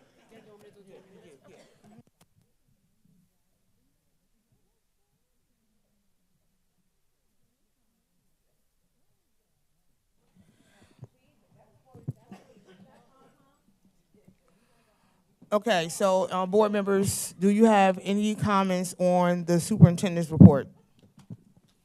I do, Madam Chair. Go ahead, Ms. Santana. I'm sorry, I had to take notes over there. So one of the things that I wanted to bring up was with the Leadership Academy that we saw up there, Dr. Benaquista, our goal is to grow from within so that when there are positions, they push up. So consistently working with who we have. Look, I get that sometimes there's outside candidates. That's fine. That's great. But I really like working with what we have and growing internally. And that's something that is usually institutional within union. And I'm not veering away from it. Now, if there's an outside candidate, that's the best. I get it. But when I saw that leadership, I really kind of loved all of that. When we were looking at the start times and the change of times, I'll talk louder, I guess. What's happening is with the change of the times, I want to take the opportunity to please fill out your free and reduced lunches, because if you have a free or reduced lunch, it automatically brings breakfast. There was many a times, anybody that ever saw me with my children, they always went to school for breakfast. It was easier for me. They loved it. They'd be inside and they could get there earlier. And also what you pointed out with if you have children in different buildings, you drop one off earlier and then you have time for the other ones. As far as the Apex Awards, I love them. What I wish, if I had like that wish list, is I wish that every one of those children that got Apex Awards in the elementary and middle schools moved on to our high schools, to our high school, and we could see all of that excellence. I know that there's better opportunities sometimes. I want to be the best. I want this district to be the best opportunity moving forward. And then with volleyball, I wanted to talk to the boys because I did mention the girls. I don't know about you guys, but I'm all day Nixon 5. But when I was looking at the interviews after the Knicks won, one of the things that kind of stood out to me and it gave me chills was that for so long, right, what is it, 53 years, longer than I've been alive, there's always been this underlying kind of spark within New York City, and what that win did was it ignited it. It made it run. What I saw in our volleyball team, and yes, I'm comparing that win to the Knicks, I saw that there is this passion and this love within Union, and sparks like that, like winning a state championship, that's a spark that we consistently can talk about. So I want to see so much of that, and kudos to the volleyball and to all our sports that get out there and do their thing. Thank you. Thank you so much, Ms. Santana. Anyone else want to have comments on the superintendent's report? Okay, seeing none, we'll move along. Next, we have the Education Student Discipline Committee Chair, Ms. Manisi and Ms. Carbonell, to present the resolutions that will be voted upon tonight.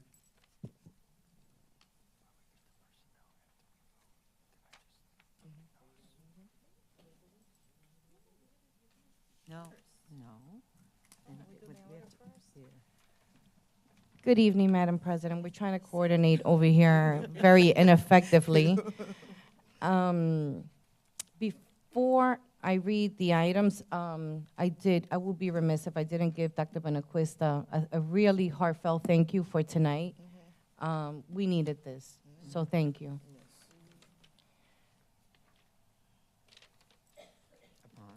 Yes, I'm looking, all right. I'm doing better still than the diplomas.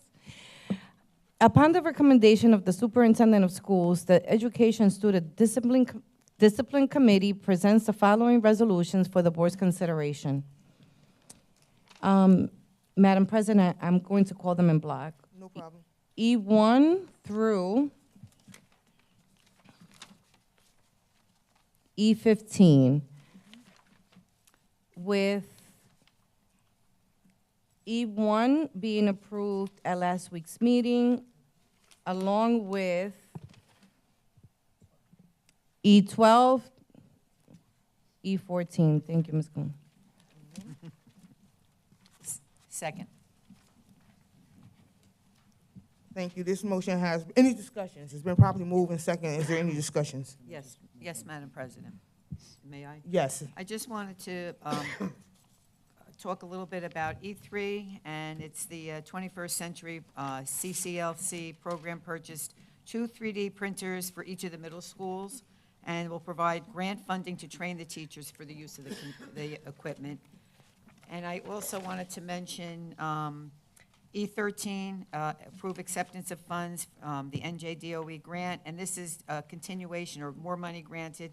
The district will receive the grant and will help to continue the beautification of the areas around the high school. So I just wanted to mention that, clarify that, because I think there were some questions about it. Thank you, Ms. Manisi. Superintendent Benquist. And I would also like to just highlight E5, high impact tutoring grant. And again, I'll have Ms. Isabella present on this grant specifically, but I believe that only about 20 districts have received this grant, and we're one of the top 3. I believe it's the top 3 in the amount awarded. And now recently the state reached out to us and offered us additional money because we have participated with this grant now in another year for summer enrichment specific. So we're putting that together as we speak to target over the summer give us more funds to really do programs to help kids over the summer. So I want everyone to realize that, Isabella, again, goes above and beyond in bringing grants to us. She told me today we have another STEM grant coming, which we got last year and we're getting again this year. Again, one of the only district in the state getting that grant money. While she was out on leave, she was giving a presentation to the company that gives that grant. And that's coming at the next board meeting. But so again, people might think these funds, it's specifically to a certain purpose, but at the same time, not everyone gets it. And our leadership's doing a great job bringing in additional. I know she was over $7 million last time I highlighted it, that grant money coming in, not excluding the title funds, additional grants. And I think we're on our way higher than that. So thank you. Dr. Benquist, I do want to add to that because I've applied for grants such as this in the past myself, and I know it also has to do with the quality of the proposal, because many districts will have the need. However, if the quality of the program that they are pitching is not to a certain standard, the grant is not awarded. So thank you. Anyone else for discussion? Okay, seeing none, the motion has been properly moved by Ms. Carbonell and second by Ms. Manisi. Can I have a roll call, please, Ms. Capiello? Ms. Carbonell? Yes. Mr. Cohan? Yes. Mrs. Conte-Mackey? Yes. Mr. McDowell? Yes. Mrs. Benisi? Yes. Mr. Nasta? Yes. Ms. Santana? Yes. Mrs. Scott Heeden? Yes. Next, we have the Fiscal and Planning Committee Chair, Mr. Cohen, Mr. McDowell, and Ms. Santana to present the resolutions that will be voted upon tonight. Thank you, Madam Chair. I'd like to call the board and public's attention to the resolutions on the fiscal agenda tonight. Many of them are the standard resolutions that we approve each month. There are several that are seasonal in that we are approving the renewal of several of the professional services vendors that provide services to the district on an annual basis. As a matter of fact, probably the large majority of the resolutions on this portion of the agenda fit that category. But I would like to call everyone's attention to F19A, F19B, and F19C, which approve the transfer of funds to our reserve accounts. And in looking at the resolutions, one might think that we have $3.1 million available to put into those reserve accounts, but the action of the resolutions merely sets a cap of $3 million into the capital reserve, $1 million into the maintenance reserve, and $100,000 into the emergency reserve. We have no idea yet until we close the annual budget and get the preliminary audit before we will know exactly how much money is left in reserve funds and how much we would be able to commit to those 3 funds. But this is action by the board to authorize the administration to move up to that limit once we close the budget year. And with that, I'll defer to Ms. Santana and Mr. McDowell for the resolutions.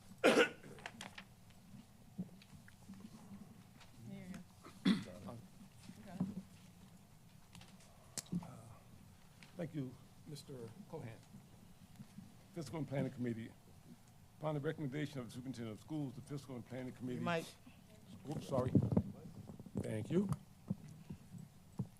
Upon the recommendation of the Superintendent of Schools, the Fiscal and Planning Committee presents the following resolutions for the board's consideration. And I'll move them in block F1 through F44, with the exception of F7, which was approved at last week's working meeting. And the only other one is the attorney fees, which are not, which we are not voting on tonight. But again, once again, we're moving F1 through F44 with F7 accepted because it was moved last week. Thank you. Is there a second? Second. Any discussion? Ms. Santana? Yes, thank you. So one of the things that I wanted to bring up was F16. When we looked at the supporting documentation, everything, prices were raised anywhere between like 5 cents to 25 cents. But what I did want to just highlight to Dr. Benacuesta and Mrs. Kuhn is that, you know, I was around, I think, for when we moved over to Pomptonian. And I think that we had come off, whatever company we had, I don't remember. It was a very, yeah, and it was around for a very, very long time. And I think there was some staleness to it. As we, year to year, let's make sure that we are making sure we're keeping everything fresh. Expectations are being set. We should be asking our students if they like the food, even the staff also, because I don't want to get into a spot where all we're doing is just consistently approving the prior company because that's the way that it's always been. I want to make sure that we're looking at everything, but to me, it came out when I remember when I saw Pomptonian with every year a new fresh set of eyes. You know, I think that I've said that are we going in and are we asking the high schoolers, the middle schoolers, the elementary kids, like, do you like what it is? What are your recommendations? Do we have kind of the a lunch advisory group and children are part of it? And if we do, speak to that. Like, you know, we're already over here for hours at a time. Have Jerry make it part of a presentation. Have the kids come out and tell us what they love and how we're doing it, so that it doesn't look like all we're doing is the yes, yes, yes, yes, yes. You know, I'd like to speak to that. And then the other thing, just echoing what my colleague, Mr. Cohan, had said, is that the myriad, most of these resolutions, yes, I was going to say motions, thank you, resolutions are kind of that standard, but knowing that when we are in committee, there is a lot of discussion back and forth, listening to the public, making sure that we are putting in prices, making sure that we're aligning everything with compliance and not just kind of going, yes, yes, yes, going down that. And in fiscal, we take a lot of time and we look at it and we ask those questions. So I kind of wanted to highlight those. And it just so happened that this month there was also a lot of special education-based things, correct, Mr. Cohen? Yes, there was, so that's another other things. And also ESS, I want to say that one of my bigger goals was always to bring those paras back home, but it's not something that we can easily do overnight. It's something that we're doing slowly, and hopefully we'll completely do it. You know, on my reign behind this dais. Thank you, ma'am. Anyone else? Thank you, Ms. Santana. Anyone else under discussion? Okay, seeing none. The motion has been properly moved by Mr. McDowell, and I believe it was seconded by Mr. Cohen. Nancy. Ms. Manisi. Second by Ms. Manisi. Sorry, Ms. Manisi. Can I have a roll call, please, Ms. Cappiello? Ms. Carbonell? Mr. Cohan? Yes. Mrs. Conte-Mackey? Yes. Mr. McDowell? Yes. Mrs. Manisi? Yes. Mr. Nasta? Yes. Ms. Santana? Yes. Mrs. Scott Hayden? Yes. We have no grievance and negotiations updates to present tonight. So next we have the Operations Technology Committee Chair, Mr. Nasta and Ms. Faria, to present the resolutions that will be voted upon tonight. I'm sorry, Mr. Nasta, you're going to be a one-man show. Thank you.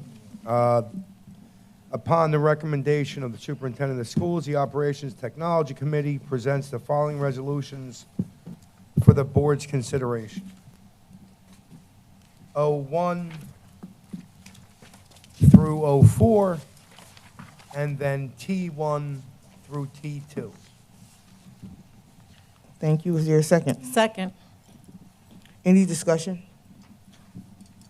I Ms. know that- Santana? Yes, thank you. So I had brought up the light of O2 and moving forward, how we can make sure that anything that we are approving for reasons, that it is highlighted in our why, right? Because not that we don't want to say no. I don't want to say Mr. McDowell, but it has been shared with me that it's for basically parking.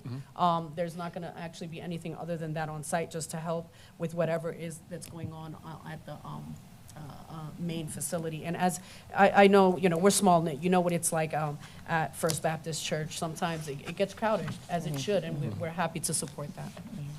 Thank you so much, Ms. Santana. Anybody else under discussion? Yeah, and T's also on this?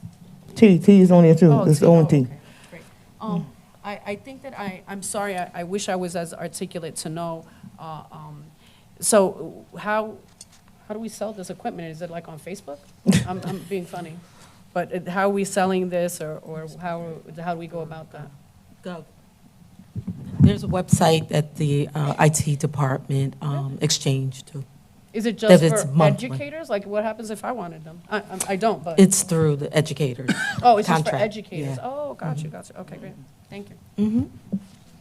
Great. Anyone else under discussion? Thank you, Ms. Santana. Anyone else? Okay, seeing none. This motion has been properly moved by Mr. Nasta and seconded by Ms. Conti Mackey. Can I have a roll call, please, Ms. Capiello? Ms. Carbonell? Mr. Cohan? Yes.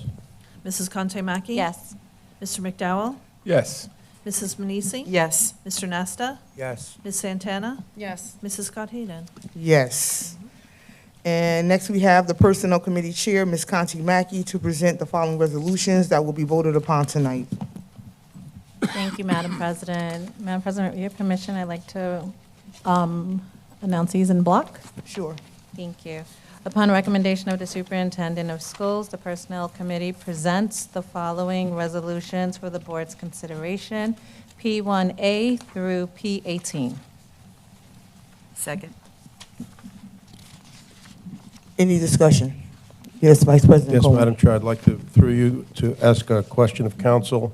On P18, the board has not yet had the executive session discussion with the superintendent on the evaluation. Should we table that motion until after the discussion? Yes. I so move to table P18.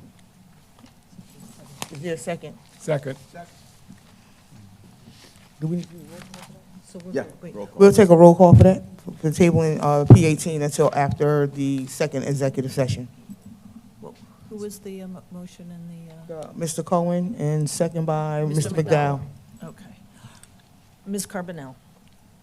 Mr. Cohan? Yes. Mrs. Conte Mackey? Yes. Mr. McDowell?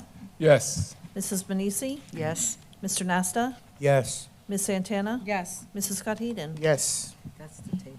Yeah. Through 17. Any other discussion under personnel? Okay, seeing none. This motion has been properly moved by Ms. Conti Mackey, and now I forgot who seconded. Discussion, I think it was Ms. Manisi. Yes. Can I have a roll call, please, Ms. Capiello? Yes. Through P17. Ms. Carbonell? Mr. Cohan? Yes. Mrs. Conte Mackey? Yes. Mr. McDowell? Yes. Mrs. Manisi? Okay, Ms. Capiello, in P7, I have to abstain from employee 8933, and then yes to everything. Mr. Nasta? Yes. Ms. Santana? Yes. Mrs. Scott Hayden? Yes. Can I call her name? Ms. Carbonell? Yes.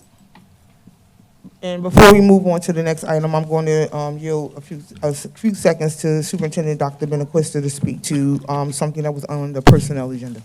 So, Board of Education members, just would like to congratulate Victor Carrera. He was highlighted tonight, or approved tonight. Victor will be joining us in July 1st and taking on the manager of security and as well as a lot of other things. In that job description, Victor, welcome.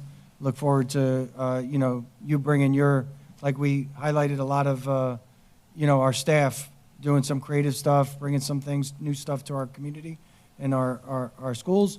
I look forward to seeing what you bring to us, and congratulations.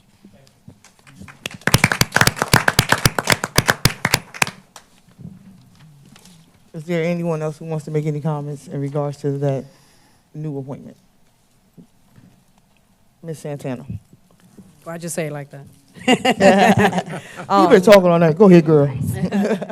I know, right? So one of the things that we didn't have a chance to speak, but I'm not sure if this is directly under your umbrella, but I'm thinking that you will have some impact along with Mrs. McKenzie and Dr. Benaquista. One of the things we always talk about professional training. That's what in my world we call it training, professional development in this world. Looking in specifically, I remember a few years ago we had an incident on school buses, right? And then our personnel, I don't want to say that they didn't know what to do because that's not the narrative, but kind of just, I think that we need to consistently train everybody. We think about sometimes just our certified staff, but we have to make sure that everybody that is dealing with our children know what to do for safety, even if there's parents involved, even if it's a Board of Education member, whoever it is, because first and foremost, there should be protocols, SOPs, and make sure that the bus drivers, buses aides always know how to secure the safety of our children everywhere, including when they are on a bus. So that's kind of just something that I hold dear to my heart. I'm not sure if we are as aligned as we should be, and I'm hoping that we will get there one day. I'm completely loving that you also speak Spanish and Portuguese because that is something that is very necessary for our current for our children. For the district, add some patois, some French Creole in there, and it's for everybody. So welcome. Yeah, thank you. And yeah, thank you. And I don't know if you've noticed, but this is a very involved board not too involved like we're not supposed to be, but we really care. What's that face for? We really care about the district. We care about our children, and some of us do have children in the school district. Some of us don't.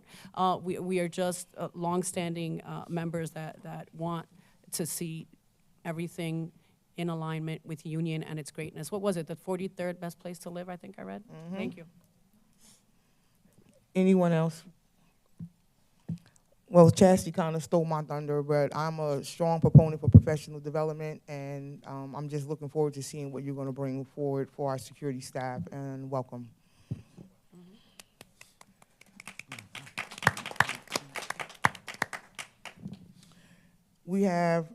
Next we have policies to present, and I believe it is Mr. Cohen who will present the resolutions that will be voted upon tonight. Thank you, Madam Chair. On the recommendation of the Superintendent of Schools, the Policy Committee presents the following policies for the Board's consideration. This is on final reading and adoption. Resolution POL 1, Policy 2624, Grading System. Regulation 1, Regulation 2624, Grading System.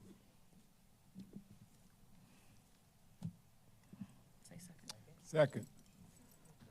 Any discussion? It's been probably moving second. Any discussion? I'm going to yield first before we allow the board to speak to the superintendent, who I guess something happened with the PowerPoint during his report, and he wanted to talk about the new policy. So I'm going to give him a few minutes to speak to that before we allow the board to have any discussion.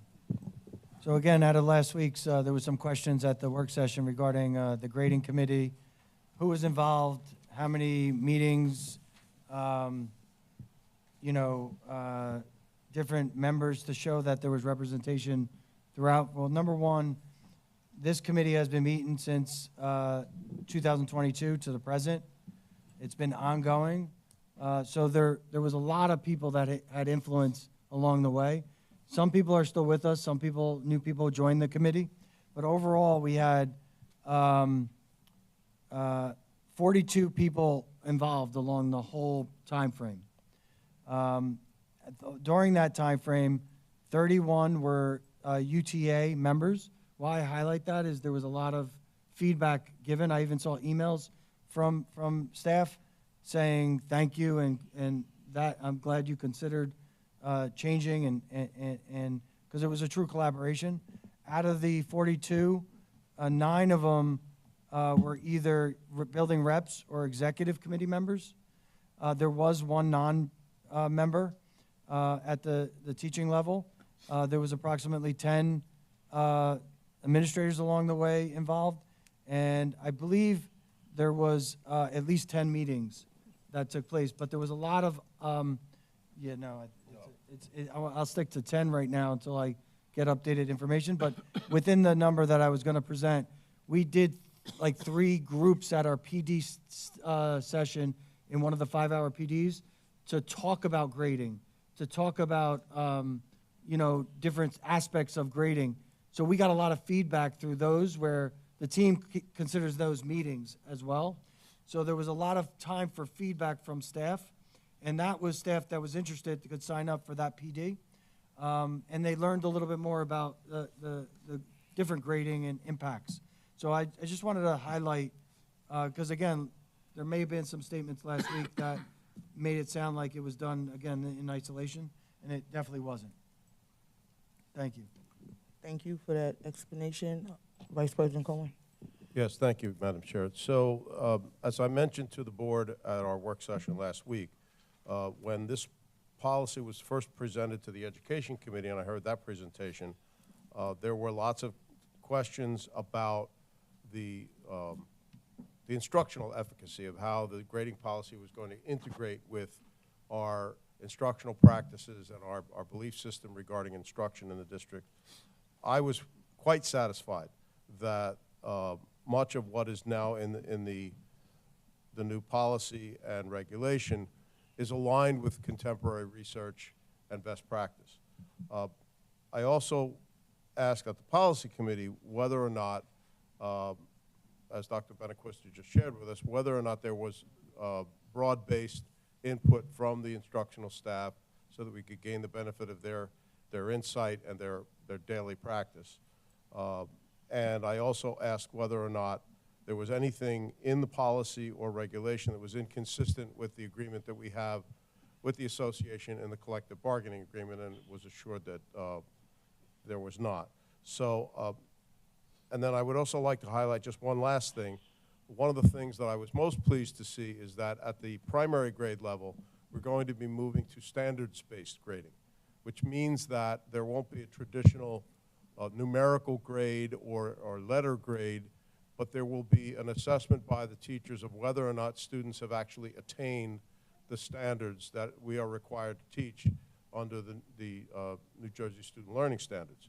So there will be a clear picture shared with parents and with families as to the actual progress of each child in the attainment of the standards and whether they have exceeded expectations, they've met the expectations, or they're approaching the expectations or not at all.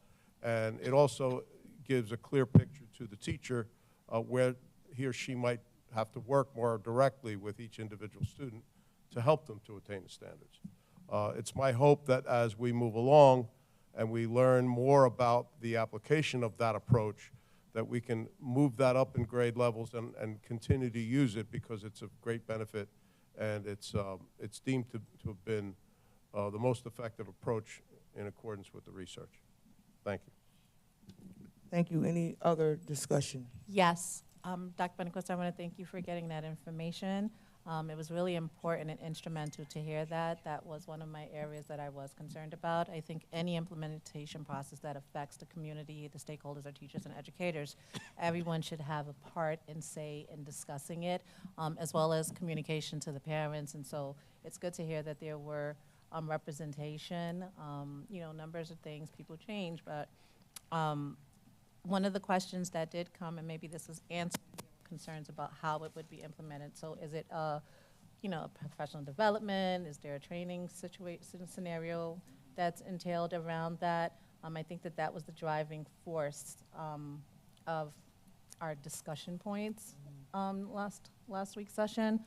So doesn't need a real answer today, but just, you know, as we move forward and, you know, we come prepared just to get some more guidance from you, the committee, to give us a clear picture of what implementation of this new policy looks like throughout our, for our educators.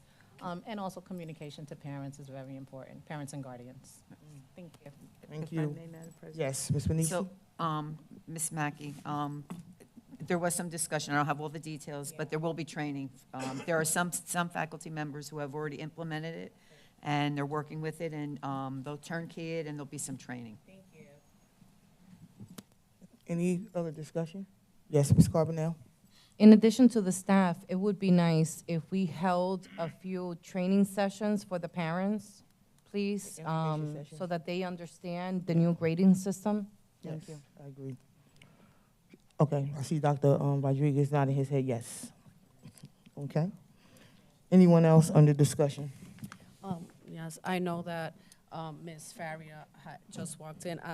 When initially, this is the second reading, Ms. Faria, of the policy that we were, oh, you were listening? Great. I kind of just, look, I know what I know and I know what I don't know. Yes, 1,000% Ms. Carbonell is right. We should always include parents in levels, and this is the why, right? And I'll take it back to personal experience. There were times that I would walk into my child, you know, I would see something with my child, and I would run in, and I just didn't understand it. I didn't know why or how it was graded. Why are you telling me in June or in May that my kid, you know, has 700 missing assignments? I know you're going to tell me to go to Genesis. I didn't live on Genesis. That collaboration between school and parent is huge, because had I known earlier, we could have nipped it in the bud. So I know a lot of the way that what we spoke about in committee, with the way that we were weighing things, 70%, 30%, I really couldn't speak to it eloquently, but I just want to make sure that what we are passing is in conversation with what we were talking about, that at the end of the day, if there is a question that a parent has in reference to the child and them learning, no, not getting straight A's to get, I don't know what, but just to really get to the emphasis of where the gap is in their learning to get what they need, that we are not overriding that just to pass a policy. Mm-hmm. So that's kind of what I wanted to get some clarity on. Dr. Rodriguez, Dr.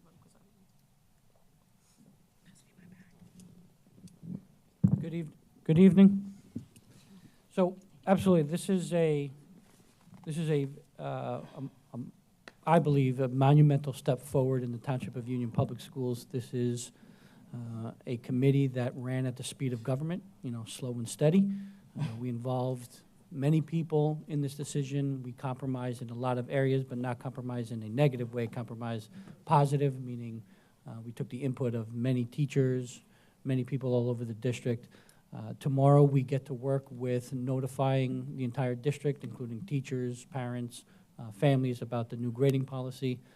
So the first thing is letting them know that it exists, letting them be able to read the whole piece, and then really just training everyone on how to do it, how to hold everyone not only just accountable, but how to work through this. Letting families understand that this grading policy helps us build in that equity that we never really had. We start to put guardrails, positive guardrails in terms of what we do across buildings. And, you know, so most of it's going to be professionally, the training's going to happen mostly in September, late August, and then we're going to continue through the year. The standards-based grading in terms of K-2 is another huge step, but we are going to be working with parents in terms of they're expecting A's, B's, and C's, and now they're going to be getting a standards-based report card. So we'll have to speaking of seal of biliteracy, will have to be able to translate, okay, what does this really mean, right? So if my student progressed here but did not progress there, what does that mean?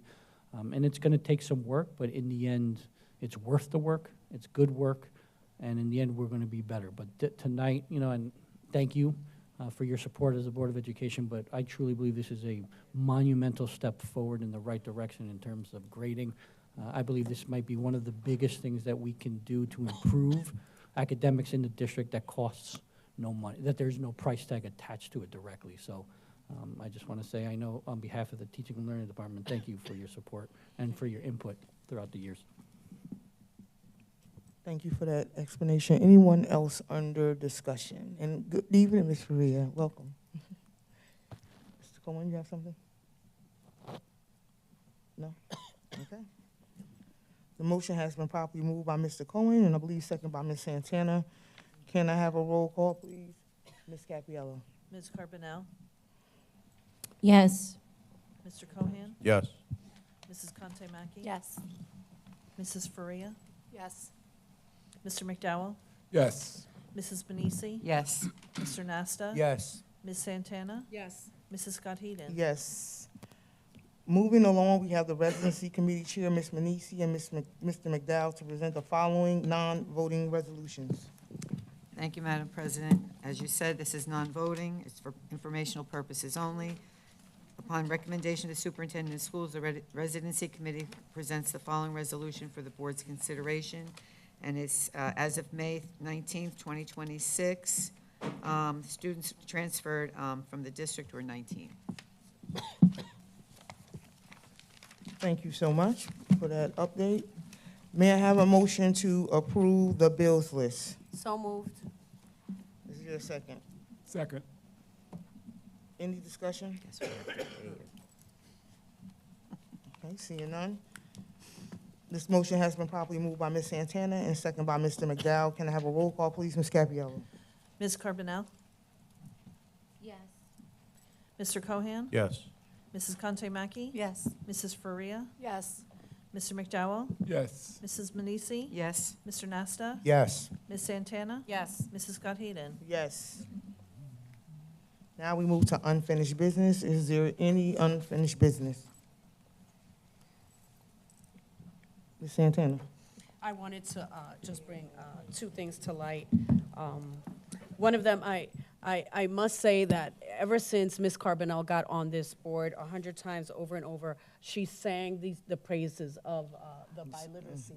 But in the words of Ms. Carbonell, I will say I would be remiss. There was a prior board member, I believe it was before Mrs. Carbonell, that the whole entire time she was up here, 9 times out of 10, she and I did not always see a line with everything, but that seal of biliteracy was all she ever talked about in a lot of things. And if you know, that was Miss Nellis Regis Darby. So if she's out there anywhere listening, we finally did it. We're trying to keep it going. The seal of biliteracy, when you left, somebody picked up those reins and is singing those praises over and over. So I have to give credit to where credit is due, because every time we were behind closed doors, Miss Nellis Regis Darby sang that seal of biliteracy, so much so that I started looking it up and finding out. And everybody's saying yes because they know that those of us that were here, that's what she talked about. Okay, and then the second thing that I kind of did want to, I'm sorry, I have a list on my phone of the next topic. So one of the things, and if I've said it before, I'm going to say it again because I think it's such an excellent program that the high school runs, and more children should take advantage of it. It's the, if I'm saying it right, the one that the kids go all over the world with the teachers. Initially, when I looked into it, I was just like, I'm not going to let my kid go there, but or it's too much money, or this, that, and the other thing. 2 of my daughters, my she'll be, I'll have a 17 and a 14-year-old. In March of next year, they're gonna be going to Paris with Ms. Bridges. I know that Ms. Hall also runs a myriad of them. Over and over again, I would invite all of our parents to try as much as possible to give our children that independence. I know that never again in my daughter's lives well, hopefully again, but at least I'll be the first one to give it to them. Will they get to go to Europe, not have a care about anything in the world, but just learning and having fun with educators? It's insured, it's bonded. You have sessions over and over again. It is just so, so good. My 19-year-old did it when he was younger. He went to Italy, Greece, and Turkey. My girls are doing it. Once again, I wish that we would have more of it and everybody would know about it. So when you have a mic, why not? Thank you. Thank you so much, Ms. Santana. Anyone else under unfinished business? Yes, Vice President Cohen. Thank you, Madam Chair. So we've heard a lot about accomplishments in the district tonight through Dr. Benaquista's report, and we saw all of the student recognition. I was honored to be able to attend many of those activities, but I just want to highlight two. A couple of weeks back, I attended the Livingston Elementary School Multicultural Night. And you know, it was a delight to see the families of my neighborhood, because I happen to live in the Livingston School area, come out and share their cultural heritage. There was more food than I could deal with. But it was also delightful to be able to listen to the children share with me their understanding of their cultural heritage, and I learned a lot about the many different cultures that are in our community. And I think that I've always believed this. It's one of the strengths of this community. It's one of the reasons why we are the amazing town that we are, because we have such diversity, and we enjoy living in this community together and sharing with one another. The other activity was just last night, the Burnett Middle School promotion ceremony. I was completely blown away by the choir led by Mr. Teron Singletary and their rendition of the national anthem. It was the most excellent version I've ever heard. I look forward to Kwame. I hope they top them. Kwame's tomorrow night. And I also look forward to the culminating activity, the reason that we exist, and that's the Union High School graduation on Thursday morning. All that to say that despite all of the challenges that we've been through and those that we continue to struggle with, we had a successful year, as evidenced by all of the information that's been shared at this board meeting each month. We constantly are able to recognize students and staff for their accomplishments. And I just want to make sure that, for my part, I compliment the staff in this district, from Dr. Benaquista and his administrative leadership team down to the building level, all of the building administrators, and all of the teachers and support staff that give us a reason to exist, right? It doesn't happen without all of these people. We are here and charged with setting policy and making sure that the schools are run in an effective way, but we don't do the work. And I just want to make sure that I acknowledge that.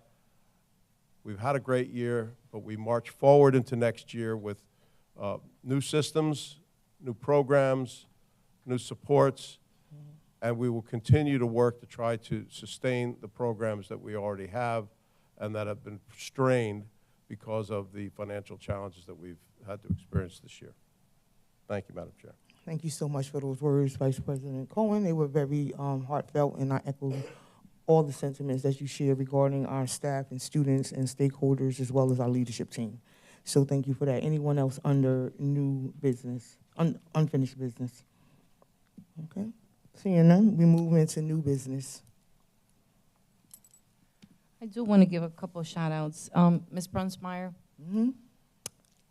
your students' performance every year just puts me on another level.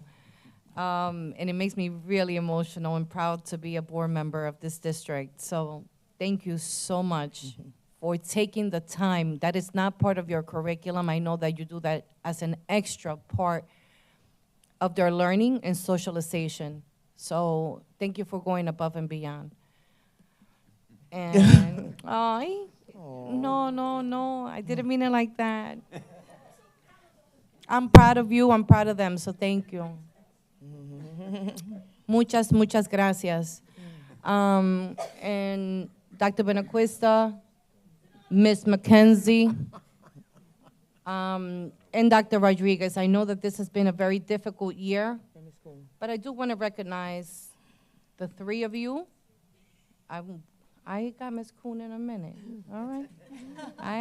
Her and Diane are my little team over there. But we would not, this is brick and mortar. And it is the work that you do behind the scenes. Sometimes it's difficult. Sometimes I know we cannot share everything out here, but they don't know how difficult the conversations that we have to have in private are. But thank you for pushing forward and staying the course. And thank you for tonight. And to Ms. Kuhn and Ms. Diane, I don't bother you as much anymore. But when I get some energy, I will start calling you again. Thank you both for your graciousness and just your support to us. Thank you. Ms. Conti Mackey. So it's another school year that's coming to an end, and I just want to say to Dr. Benacuesta, to Dr. Rodriguez, Ms. McKenzie, to all of the amazing teachers, everything we saw tonight. When we become board members, there's a myriad of reasons why each of us collectively decide to run for board. Oftentimes we hear multiple assumptions, things that we know true, that you can only hold your convictions to yourself and what you stand for. Tonight was a reminder, watching those students come on the stage. Ms. Brunsmeyer, I want to thank you with the presentation with the kids. Very teary-eyed because it gets so easy for us to get lost in all of the stuff that goes on and question what's our why. You know, I work in healthcare. I watch patients dying every day. I watch people struggling for life.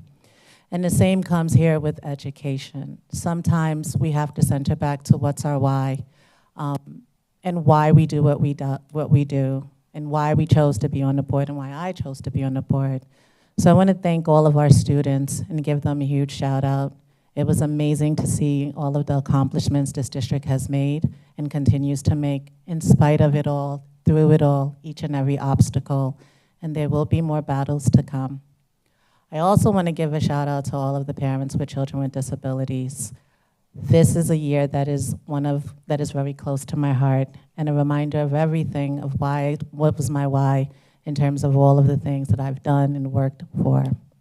My son Julian is now at the age of 21.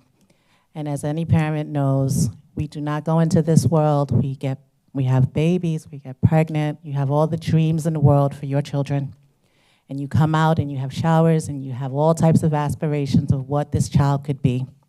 And then you get a diagnosis that changes your world and everything that you know to yourself. You question God, you question everything in life, and you ask yourself, why am I standing here and why was I challenged with this?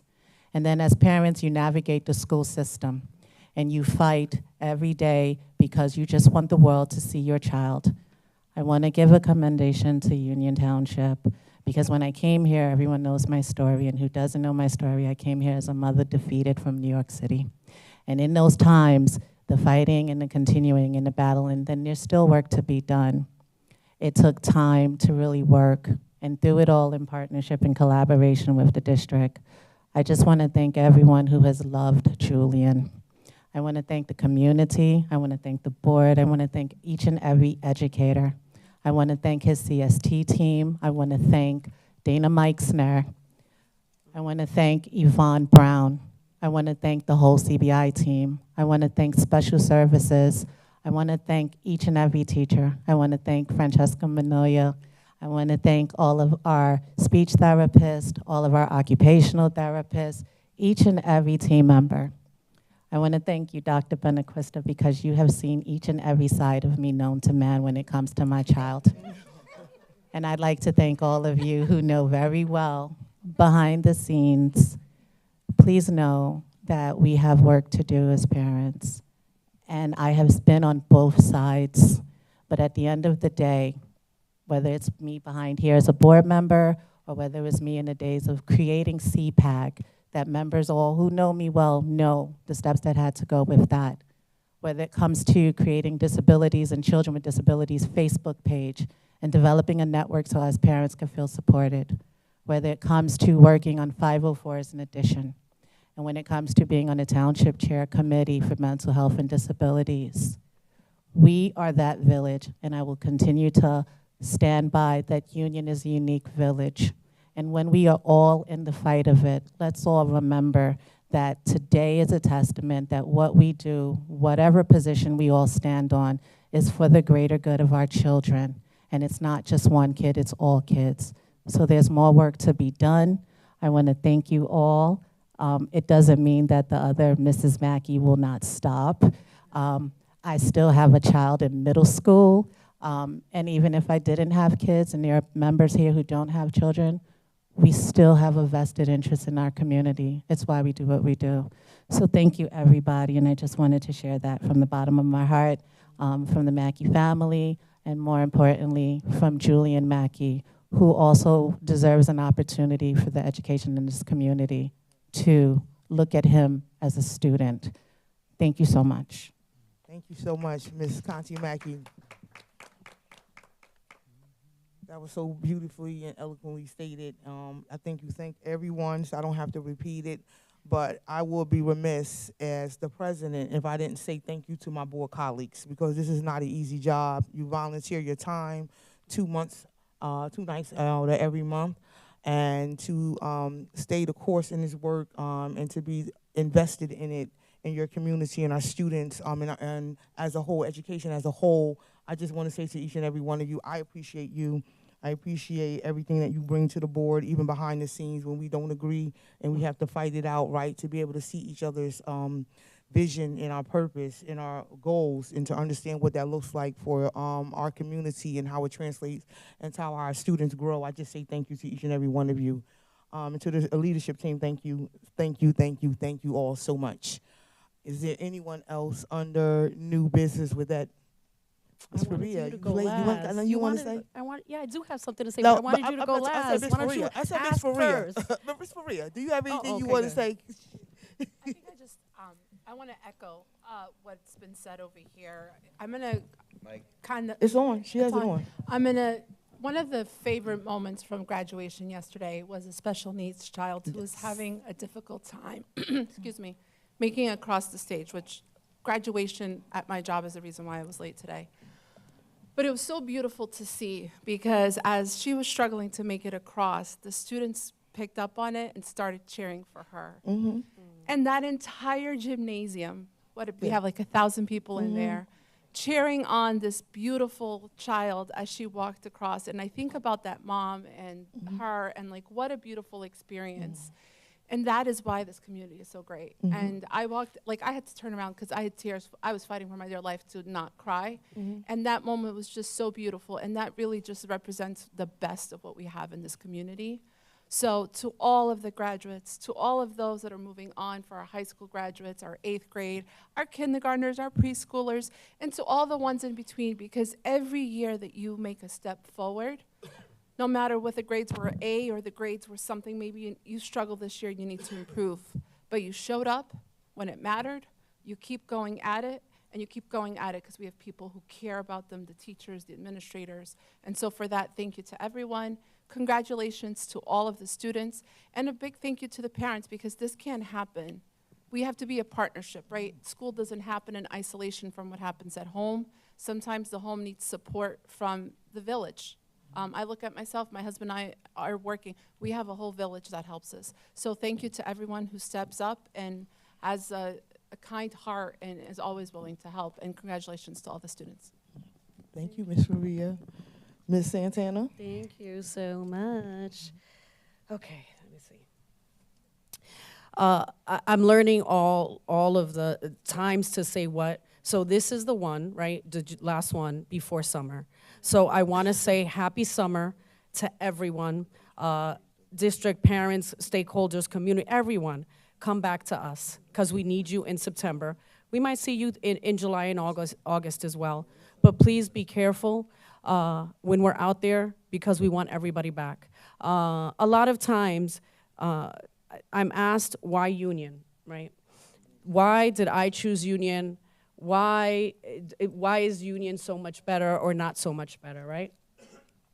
And I sit here and I was thinking about it and I look out into the audience and I can tell you that nowhere else that I've lived in my 50 years on earth, right, did I come in to a kindergarten from my child and I met a mom, and with that mom, we divorced together, we had new careers together. She became the love of my children's lives, and she comes to every single board meeting. And then I looked around some more, and I saw other teachers. I see new people. I see people that don't even live in our town and come here to fight for what they think is right. I see another group that no matter what, still come back, and I want you to. We want to hear it. And then I look around, and just like Ms. Conti-Mackey says, Dr. Benaquista has seen many shades of Chaz. And then I look at the board members that I just, if everybody knew what it is behind closed doors sometimes, you'd understand what it is to just grow with everyone, to see the district get to where they want to get to. So that's why I come back to Union consistently over and over. And yeah, I could live in Westfield, Springfield, Bernards, anywhere I wanted to. But I choose Union for its diversity, for its people, for its compassion, the way that we come back together, the way that we lose together, the way that we win together. And with that, I want to say that I stayed within 3 minutes. Oh. Thank you. Thank you, Ms. Happy summer, happy summer. Thank you, Ms. Santana. And before we close our new business, I would be remiss if I didn't take this opportunity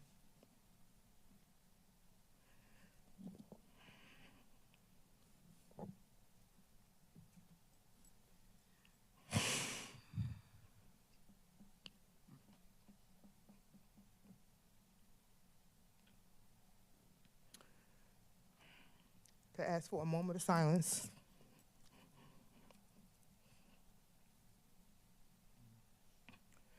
for one of our seniors that we lost due to a tragic accident, Olivia Beloso.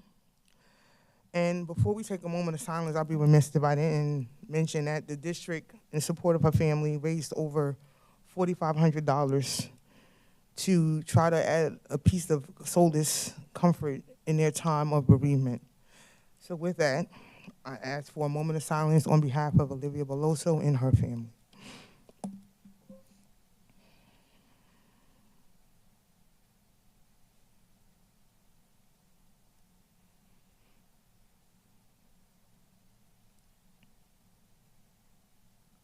Thank you so much. And I'm going to ask that be a reminder that we hug and love on our children despite whatever it is that we're going through. Let them know that they are loved, let our family members know that they are loved, because tomorrow is definitely not promised to any of us.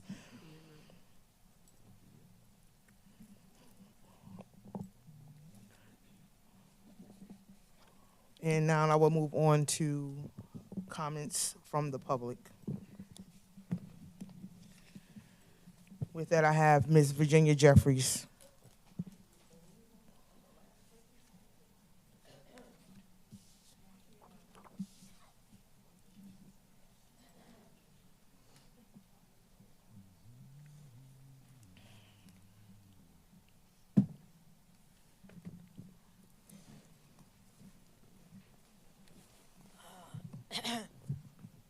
Forgive me if I'm a little bit hoarse tonight. Virginia Jeffries, 236 Brighton Avenue, East Orange, New Jersey. Board President Scott Hayden, I'm presenting the following topics. 855 Lehigh Avenue, Union. In September of 2024, the Township Committee of the Township of Union entered into a 5-year rental agreement for the Township of Union Board of Education to have administrative offices. This ordinance was not properly passed. Board member Chastity Santana was board president at the time. This sublease may not be legal as it double taxes owners at the municipal tax levy and the school property tax levy. This sublease was not in the approved budget year of 2024-2025 passed and adopted by the board. This sublease has an additional 2 5-year renewable clauses, effectively a 15-year sublease. What is the amount of monthly rental and annual rental the Board of Education is paying for the sublease? Who are the administrators occupying this location? What board members have use of this location? What was the cost to completely furnish this location? Franklin Elementary School. There's been a great outcrying about the realignment of schools due to the closing of Franklin Elementary School. This closing has left many questions unanswered by this board. Franklin Elementary is predominantly African American. Franklin Elementary is predominantly male. Franklin Elementary student population is over 50%, has free lunch and reduced price lunch eligibility. It is persistently rated as low performance. Closing the schools is designed to make things easier for the board when the following can be justified: reducing instructional staff district-wide, reducing support staff district-wide, reducing custodial staff district-wide, eliminating the necessity to have a corrective action plan to improve on the persistent low performance of Franklin Elementary. Minutes. The minutes of previous board meetings must be corrected to reflect what occurred at these meetings. For example, executive session meetings in 2024, the minutes, have the name of employee Kristen Nunez substituted with a different employee name. The superintendent, SBA Kuhn, and the official record keeper and former board president, Chastity Santana, knew her as she never filled out a comment card, nor did she have to state her name for the record when speaking. Kristen Nunez disparaged her peers, in particular members of the public, who she deemed should not attend Board of Education meetings, which is a clear violation of the Open Public Meetings Act. Former board president Santana allowed this to continue for a number of executive session meetings. This board has earned the lack of trust it so richly deserves by refusing to be forthright to students, parents, guardians, community, property owners, and employees when questioned about these particular topics as well as other topics. Thank you. Your time Yes. has expired. Thanks. Thank you, Ms. Jeffries. Next week, thank you. Thank you. Okay. Ms. Lipstein?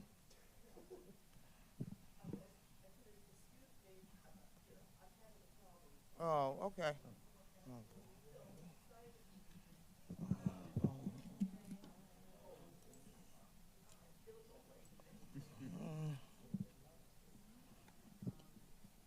Lipson, 2569 Jackson Avenue. I'm going to bring you down a little bit right now after all this wonderful, happy patting on the back that we have, which we do have good things in this district, but I'm going to make this very personal. 40 years ago, my son started school at Hamilton School, and Mrs. Manisi knows, we go back a long time. I know a lot of these board members a very long time.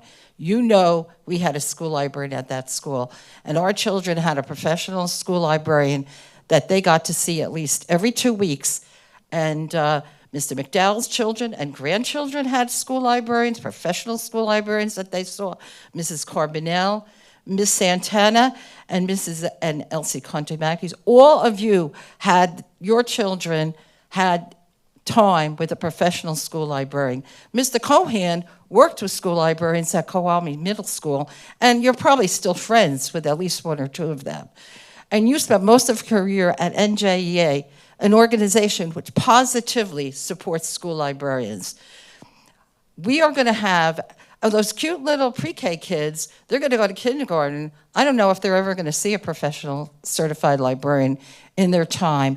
the high school kids, the seniors in high school, this would be the last time that they will be around a professional school librarian. I cannot understand how you can have a high school and middle school without full-time professional librarians. Dr. Benequista said we brought one back because by state law, we have to have one. That law has to change. We never had that in 40 years that I've been involved in education. And let me tell you something. When I was in middle school, which was a very long time ago, we had a full-time school librarian and a full-time school librarian in my high school. Now you're allowing school librarians in your own hometown to be gone and to have one for over 7,000 children. Other districts, such as Newark, have librarians, and richer and poorer districts have it. I think if you think about this is going to affect the children in this community for years to come. You won't be around when those kindergartners graduate high school and never really had time with a professional schooling. But, Dr. Benequista, I am asking you to work your hardest to find that money and bring it back. I am trusting you to do what we have been able to have for 40 years in this district, professional school librarians. That's all I can tell you. The only reason, and I want to qualify that the reason that he said we brought one back is because by state law, we have to have one. But if you really think that you are improving this district or doing anything good for this district by getting rid of dedicated school librarians who wanted to work here, who want this. So I am trusting you to bring back those school librarians. Excuse me, your time has expired. Thank you. Thank you, Ms. Liston. Next, we have Louisa Baez.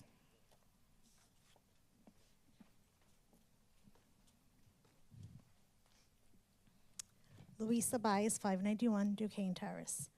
So today I wasn't going to speak, but I decided to speak at the very end because I spoke to you guys in last week so you guys can talk about, to expose us with salaries. Now we have to Oprah salaries for the assistant superintendents because we need to look at budget cuts, right? You guys still voted it in, and so I feel really defeated. And I know you guys say, oh, we want you to come, but then you get upset when we talk about things that maybe it's uncomfortable. I get it, it's uncomfortable. However, it's our job as the community. We are part of the village, and we really want to make changes. And I know some of you, I think some of you might want some changes. Some of you are more with the bureaucracy of what the changes that need to go on. So we have to really look at ourselves and think about why. We need to, some of us have our whys and some of us don't. And sometimes my kids wonder, Mom, why do you go to the Board of Ed? Why do you speak up for us? And I'm like, it's our job. It's our community job. I was so happy to see the whole Frozen thing. Our drama, like all our performances are amazing. And so we have some great qualities, and like other people, we could move out of Union, but I choose to stay in Union because I believe in Union. I believe in my village. However, the school system was not the reason why I stayed. I just happen to have amazing kids, and they have me to supplement it, but I stand here before you guys for all the children that don't have a mother to speak up for them. I stand here for all the people that cannot. And the whole biliteracy thing, I'm so glad you guys are moving forward to it. I am so, I love it. However, we have so much work to do. I can't stay and say we had a great year, No, we didn't have a great year. We're drowning. We have no money. The levy's gonna go, our taxes are gonna go up, and what? We're doing great. We have potential, like Ms. Carbonella said, we have the potential to be great. And I thank you for recognizing that and going up against your colleague to say we do have the potential, but we're not there. So we can't sit here and pat ourselves on the backs and say we had a great year, this was a great year. No, it was not a great year. There are positive things, so I don't want you to think I'm all negative, because I'm not all negative. I'm a very positive person, and I work in education. We have a long way to go, and have a happy summer. I will see you over the summer, and I will see you in September, because I will keep going and keep being here and keep representing. Thank you. Thank you. We have Patricia Gomes.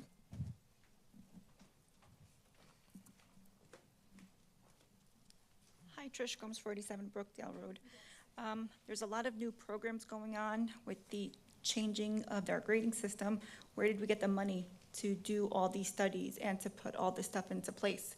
If we're doing budget cuts and if we're cutting teachers and we're cutting all these funds, where's that money coming from? Shouldn't that money have been put into hiring, keeping these teachers or supplementing some of the lost income? I also think that it's great that all these students have come up today between the athletes and the theater program, but what happens 3 or 4 years down the road when you're cutting a lot of these programs and we don't have kids to do that? So next year, the theater program might be okay, but what happens 2 or 3 years down the line, we have to make more budget cuts and these programs are no longer available for these kids. And you have, like this lady just said, you have a lot of parents who are involved and who are gonna be here. And if you cut library, and if you cut music, and if you cut art, and you're making all these cuts to teachers, and you have, huge classrooms, I understand that Mr. Benaquista said that's gonna be 22 or 23 kids per class averaging, but what happens when you have more kids coming into class? And I'm speaking now for my daughter who has like a big math class, for example. Now, there is a lot of distraction in the class, and sometimes she isn't able to completely focus on class because the class sizes are big. But we are able financially to help her with whatever subject she needs help. We are able to get her tutoring or find somebody who can help her be where she needs to be. But what happens to those parents who don't? What happens to the parents who can't bring their kids to the library because they have to work 2 or 3 jobs, or they can't bring their kids to the library? And what's gonna happen to the scores that are already low? What happens with all these budget cuts? What's gonna happen to those kids? Are they just gonna keep falling further behind? And I also wanted to know, what is the percentage that our taxes are gonna go up? I saw that there's gonna be a tax increase. What's the percentage that us as the homeowner are gonna have to pay into the school system? And my other last question is, will there be any changes to the Gifted and Talented program? My daughter has taken full advantage of this program, and I'm just afraid with these cuts that there's something that this is gonna be one of the programs that are gonna be cut. And I do have to say, my daughter was at the Apex Awards, and I'm very proud of that and all of those children, and I'm just concerned of where those children are gonna be next year or 2 or 3 years down the line when they don't have these services in place. Thank you. Thank you.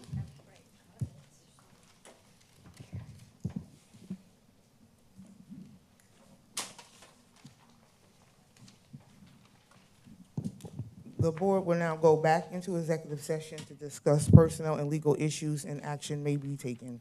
May I have a motion to move back into executive session? So moved. Second. Is there any discussions? Seeing none, the motion has been properly moved by Mr. Nasser and seconded by Ms. Santana. Can I have a roll call, please, Ms. Capiello? Ms. Carbonell? Yes. Mr. Cohan? Yes. Mrs. Conte-Mackey? Yes. Mrs. Faria? Yes. Mr. McDowell? Yes. Mrs. Manisi? Yes. Mr. Nasta? Ms. Santana? Yes. Mrs. Scott Hayden? Yes. We can stay here. Yes. We stay down, we're supposed to go on.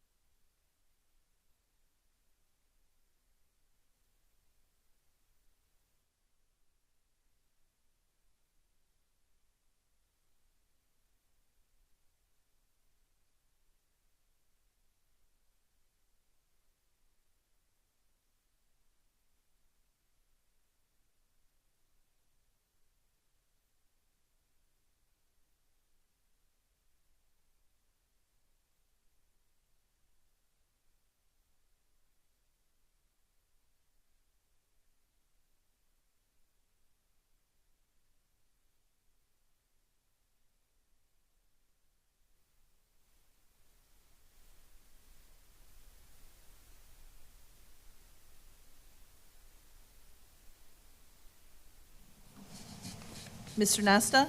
Yes. Ms. Santana? Yes. Mrs. Scott Hayden? Abstain.